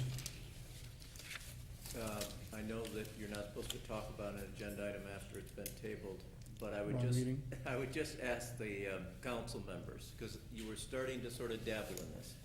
The role of the building review board and the zoning board is very different than the role of the city council. And there is a big policy question that many of you have touched on, and I think Alderman Grumhaus was trying to really get the council to focus on it, is what is the basis of granting hardships for variances for not just this house, but I think Alderman Mohr, you made the point. I'll tell you what, there are gonna be a lot of real estate agents that are gonna be contacting us because they can sell houses if they know that they can get variances without showing any hardship. And to what extent do we need to expand not just this house, but hundreds of other houses in hundreds of neighborhoods across town? And is that a good thing or a bad thing? And the staff's not saying that's necessarily good or bad, because in this market, we might say we need to do that to try and move some of the real estate. But I just want the council to sort of chew on that, because that's not an issue for the building review board, not an issue for the zoning board, and quite frankly, it's not an issue of the staff. The council needs to sort of step in and say, from a policy standpoint, is this someone referred to it, a slippery slope that we're gonna go down? Because staff cannot then give guidance to people coming forward who are asking for similar variances, because we have no basis to say you're gonna get it here, you're not gonna get it there. And that's sort of what I guess we would ask you to just think about as you go forward. And Bob, I'd like to add not to bash anyone, but the ZBA, I'm kind of worried about their outcome of this. And again, going back to that policy is, I think if we were on the board 5 years ago or whenever I was, we would not have approved this. So I think it's something also that's needed a dialogue between a couple of these boards and city council, and have some examples and talk it through. And I'm kind of worried about some of the boards. I have an ordinance to uphold, not an opinion to project. I mean, saw that kind of stuff happen. And I'm happy to get involved here if I can be helpful. I really truly would like to be helpful, but I can come at it from a perspective that if I see this happen, the first thing that I would do with my house in your neighborhood, which has exactly the same issue, it was built in 1906, is I would try and increase the value of my house by getting a variance before I ever sold it. That is Tom, what I you've would seen do. this. You've seen this in the neighborhood. You I- can't I act have like you not haven't. seen- It's I have happened, not and I seen could go to new variances construction on- built not on a both. similar lot, which we presented in the detail. Right. You look at 76.6, it's brand new construction, same footprint. Same identical footprint, new construction. So where's the precedent here? I am delighted to get involved. I know the neighborhood well. I've walked the neighborhood. I looked in your backyard. I looked in Glenn's backyard, the neighbors' backyards. I just felt it was a little bit over. And I think I'd be happy to sit down and figure this out. I don't know all the facts, but I think if we can pause and maybe take a hard look at this, it's worth the hard look. This From a feels like, to policy me, we're going standpoint. back through BRB all over again. That's what it feels like. We're going back Nobody's- through the I don't zoning think board and the anybody building wants to review board send you here. back through the boards. I mean, I think we're So trying. you've got a That's lot of not- high-paid, smart guys looking at this 600-foot addition. I understand, and we recognize that. I think we're trying to avoid sending you back there Yeah, because. that's what we're trying to do, is I'm not avoid- sure it's gonna give us any more insight. I think Sending you back will not do No, it. We that's not need gonna to. do it. city managers put us on the right track that, I don't we gotta think he think it wants through. us to deny it either. I think we've made our decision, and I think it's for the best of both parties. Let's table it, bring it back with the group, and let's go forward. For clarification, now that you do have a special meeting on August 16th, would it be okay for staff to put it on the August 16th agenda? I know we've got one other agenda. Yeah, speed it item. up, yeah. Absolutely. Okay. And Alderman Mohr, I think if you wanna have some conversations and look at it. I'm offering. I would I hope think you that's don't take constructive. my comments as being negative, but I am concerned. And I know it's not this is not meant to be a personal discussion here. I do have a concern about the policy, and I think that many of the members of the city council do as well. Understood, Tom, and I appreciate that. I would just say, I believe that my wife and I have a high degree of credibility in the neighborhood, and we would not do something to jeopardize this neighborhood. We see where this neighborhood could go, and we also believe, once again, that this whole neighborhood and the collective investment and upkeep of this neighborhood is a direct impact on town center and Lake Forest. And we think we're leading here. We're not doing a real estate deal. We're doing this to stay. Okay? So, thanks for your consideration. Thank you. Thank you. The next item on the agenda is new business. Discussion of the removal of at-grade pedestrian crossing. This is in the downtown Market Square CBD train station, and the maintenance and operation of signals lease with the Union Pacific, presented by Karina Walters. Karina? Good evening, Mr. Mayor, members of the City Council. Just to orientate you, we're looking at the East Depot and the potential at-grade crossing for discussion of potential removal is in the middle between the Chamber of Commerce and then the east side of the depot. In 1980, the City of Lake Forest and Chicago Northwestern entered into agreement with respect to that platform. Being mutually beneficial to both parties, the city at that time agreed to pay a $610 fee, including an escalation factor representing the cost of maintaining and operating the signals and crossing. Whatever reason, CNW never billed the city or stopped billing us. We received a letter from the Union Pacific indicating that they would like to resume the maintenance costs of this. Although the Transportation Safety Enhancement Committee charged with studying and identifying the potential safety improvements at both train stations, they didn't have an opportunity to review this today.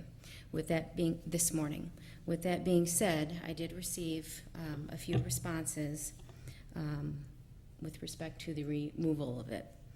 And two members indicated, what's the objective of the removal?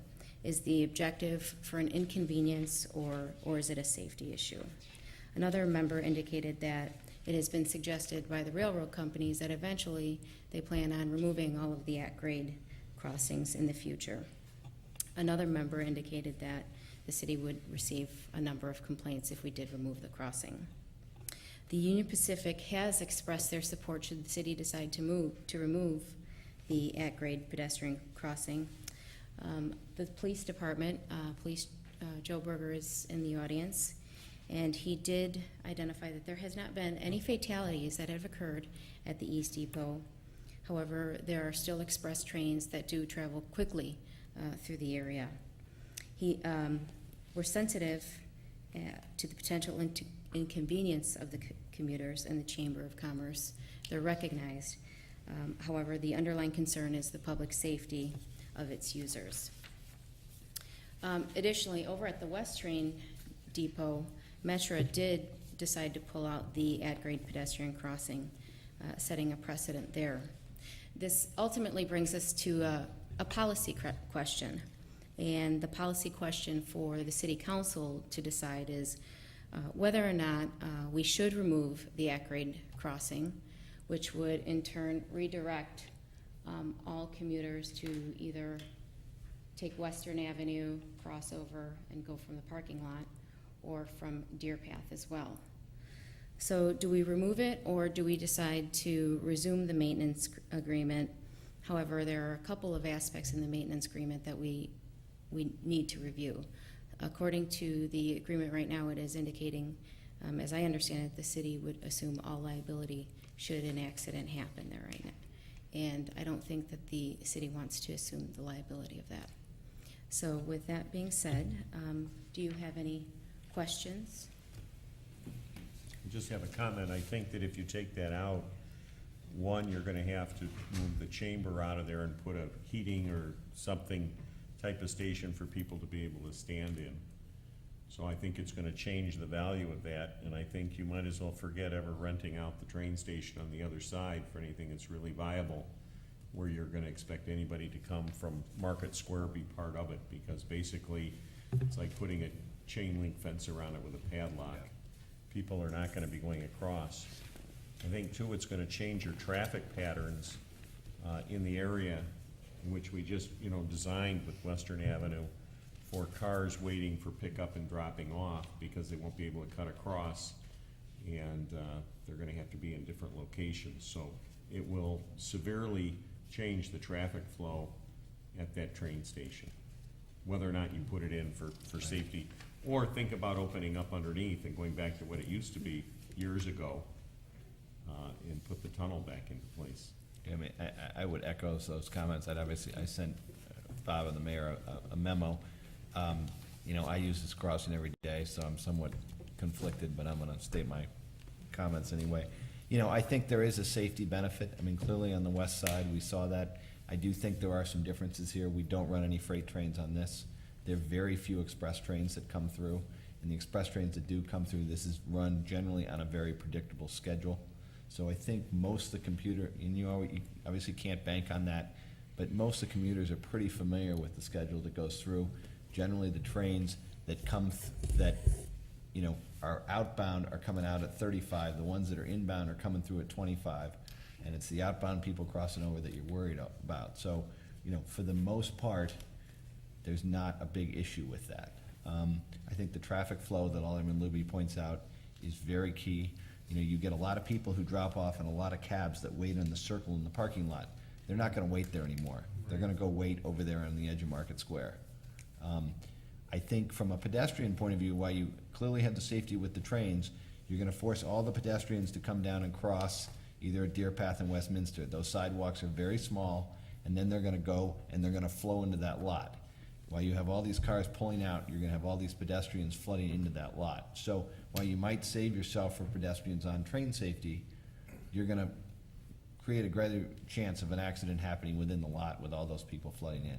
I don't know what you do about handicap.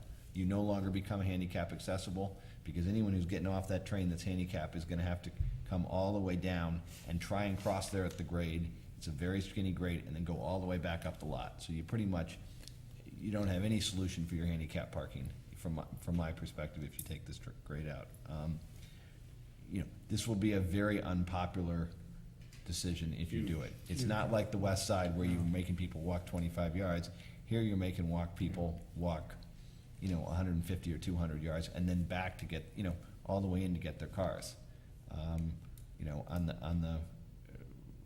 So, I think it's something, safety is very important. We're obviously making a major initiative of rail safety.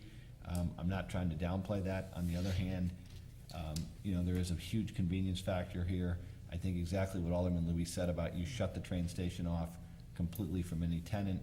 I think that's a big negative for people. I would agree with all those comments. I'm conflicted as well. I walk here every day. The one additional thing I would add is that this has become a real spot for the reverse commuters. And the reverse commuters, actually, what happens, a lot of them go to Conway Park. And so you have all the buses, which are on the east side, that pick up people. They'd be all moving down the other directions, all along Western as well, clogging that up. I really think, we're causing more problems than we're solving here.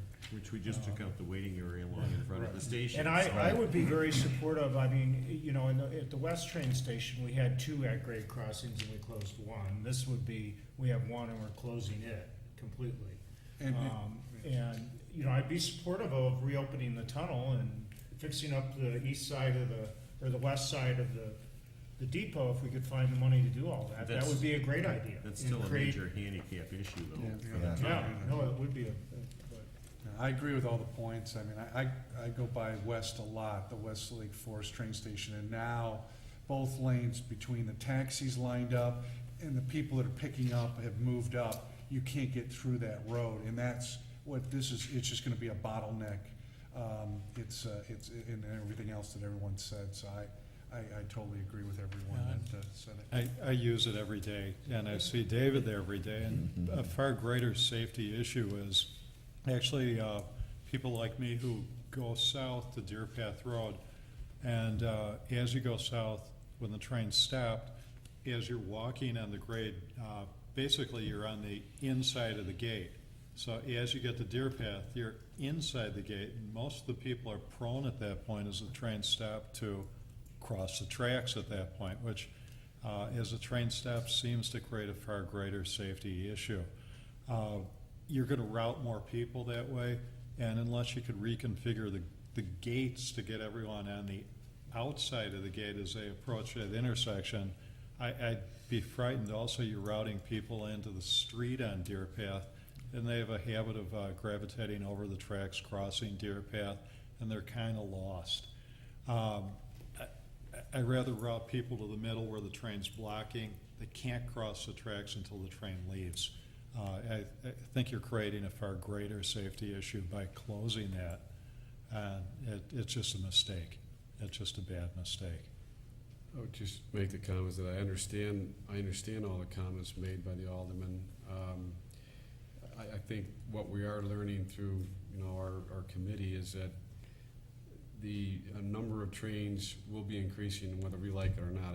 It's just a matter of fact that it's an initiative by the current administration in Washington, and it's going to be just an increased mode of transportation, both by freight and by commuter, that will be increased. So I understand all the comments.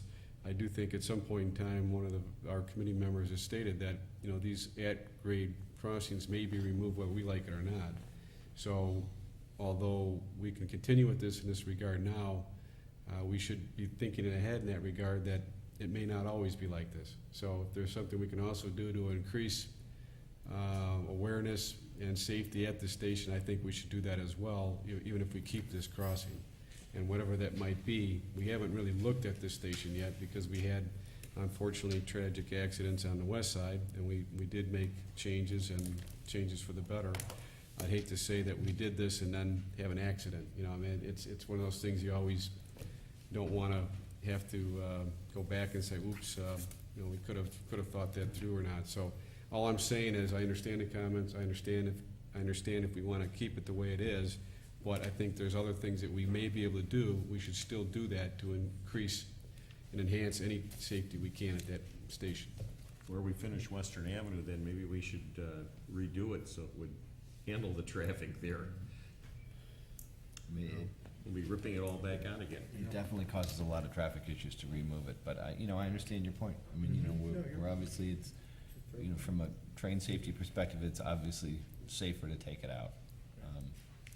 And the other thing it causes a huge convenience of is if you are traveling north, you can't wait in the station anymore. I guess that's all that's the was problem. saying. Here you can wait, they make an announcement, you can cross over before the train comes. With that, you'll never get around the gates, you'll never And get you down. can't wait in your car either. Right, because there's no place. So there's no place for anybody to go. We'll have to put chamber will have to go on, it'll have to become a waiting station. Well, I think we have the consensus of the council, and clearly the staff understands the various positions and points that were raised here. This item wouldn't even be before you if the Union Pacific hadn't realized after about 20 years that they weren't charging us for the maintenance of this. And so they basically said, do you want to start paying or do you want us to remove? Because as Mayor Cowley pointed out, they'd remove it tomorrow if they could. And so we said that we wanted to bring it to the council to get a sense of the council as to what they wanted to do. But I think Alderman Mosch's point about fixing up the tunnel, again, Union Pacific and Metro would love to see that done tomorrow. They don't want to give us any money to do it, but they would love to see that happen. So I think we all have the same goals in mind of improving safety there and making that happen, and just collectively, we're all gonna have to work on it to try and come up with the funding to make that happen. Maybe we can get the $610 reinvested in some paint. Well, It was nice of them We'll to trade say them. they'd only charge us the 1 year. That was nice of them. What I would try to do though, Karina, is I looked at that, I saw that their index was against railroad, wage rates or something. I mean, that's like the worst index we could ever pick. I mean, for God's sakes, just suggest something called like CPI. Anything besides the index that they have in that agreement would be helpful. But I would encourage, and Jim, I know that you've really taken the lead on this, and it's a great thing. I think we're gonna need to address the renovation of that building. We're gonna need to, you know, if you look down at what's happened down at Hubbard Woods, you will see what $6 million from Metro does to your station. And there are beautiful elevators, and there's a beautiful new station. So we need to do a better job of that at the same time. How did they get And that maybe in? we can get to a point where we can get this closed down, where we can keep the viability of our station, improve the commercial aspects that John was referring to, and really see if we can come up with something here that works and is safe. Yeah, no, Because that's. my point is that we should keep this on a focus and not just say, oh, we got through it now and that's it, because I think that would be a mistake. I think it needs to stay on the radar that, you know, enhancements still need to be made. And I'm not saying even just a tunnel, but whatever else we can do to keep the pedestrians aware of simply that there are, you know, other trains that don't stop, because that's where we were having issues, you know, where we have problems. So I'm saying as our committee will go back, and even after, if this passes as it sounds like it will, we can still go back and come back with other enhancements that may improve the safety, and then there may be the long-term plan of the tunnel or whatever. But I'd hate to see it just, you know, vote on and we don't come back to the issue over time, because I think that would be a That mistake. makes sense. Why don't we make this annual thing come right back to council again, so that we can chart the progress we've made over the year? Well, it will be because of the You'll next have to- item on the Yeah, agenda. you'll have a monetary vote. Right. Well, that's what I meant, that's Yeah. what I meant, make sure that we vote on it every year, no matter what the Do cost you need a, is. do you need a roll call vote on this? I think we have a discussion. consensus. Or is this discussion only, or They just need a feeling from the council. With the lease, you need a Okay. motion, You should- motion to approve continuation of the lease and payment to Union Pacific. Second. That would be a roll call. roll call vote, please? Alderman Grumhaus. Aye. Alderman Novit. Aye. Alderman Widman. Aye. Alderman Mohr. Aye. Alderman Morsch. Aye. Alderman Hanrahan. Aye. Alderman Luby. Aye. Alderman Palmer. Aye. 8 yeas, no nays, the motion carries. Thank you, Beth. Any additional items for council discussion? Yeah, we Number got two. the. No, we got the other one to do. To the big lease. Motion to approve the lease with the extension based on the same terms as previous for this next year, ending in September, or August, whatever it is, 2011. Moved. I'll second that. Okay, roll call vote. Alderman Grumhaus. Aye. Alderman Novit. Aye. Alderman Widman. Aye. Alderman Mohr. Aye. Alderman Morsch. Aye. Alderman Hanrahan. Aye. Alderman Luby. Aye. Alderman Palmer. Aye. 8 yeas, no nays, the motion carries. Thank you. You forgot to tell us about Route 53. Are you here to give us the I was gonna just give you the good Tallgrass news. Parkway I know it's presentation? 11:10. I'd like to add another issue to the agenda this evening. Does Right. anybody mind if we talk about? I guess they settled, so it's 3.5%. Michael Thomas he just It's, beat me, so the laborers and the union strike. They settled. Yeah. Good job. They did. working tomorrow? We'll get a schedule together, but I just found out. You need to take a vacation. Some good news. That is good. Have a motion for adjournment? Wait, I have one question. Which was worse, this or the comment? No. Motion adjourned. Second. No, Aye. no executive session. We can't- Opposed? Meeting is adjourned. Oh, yeah. Okay.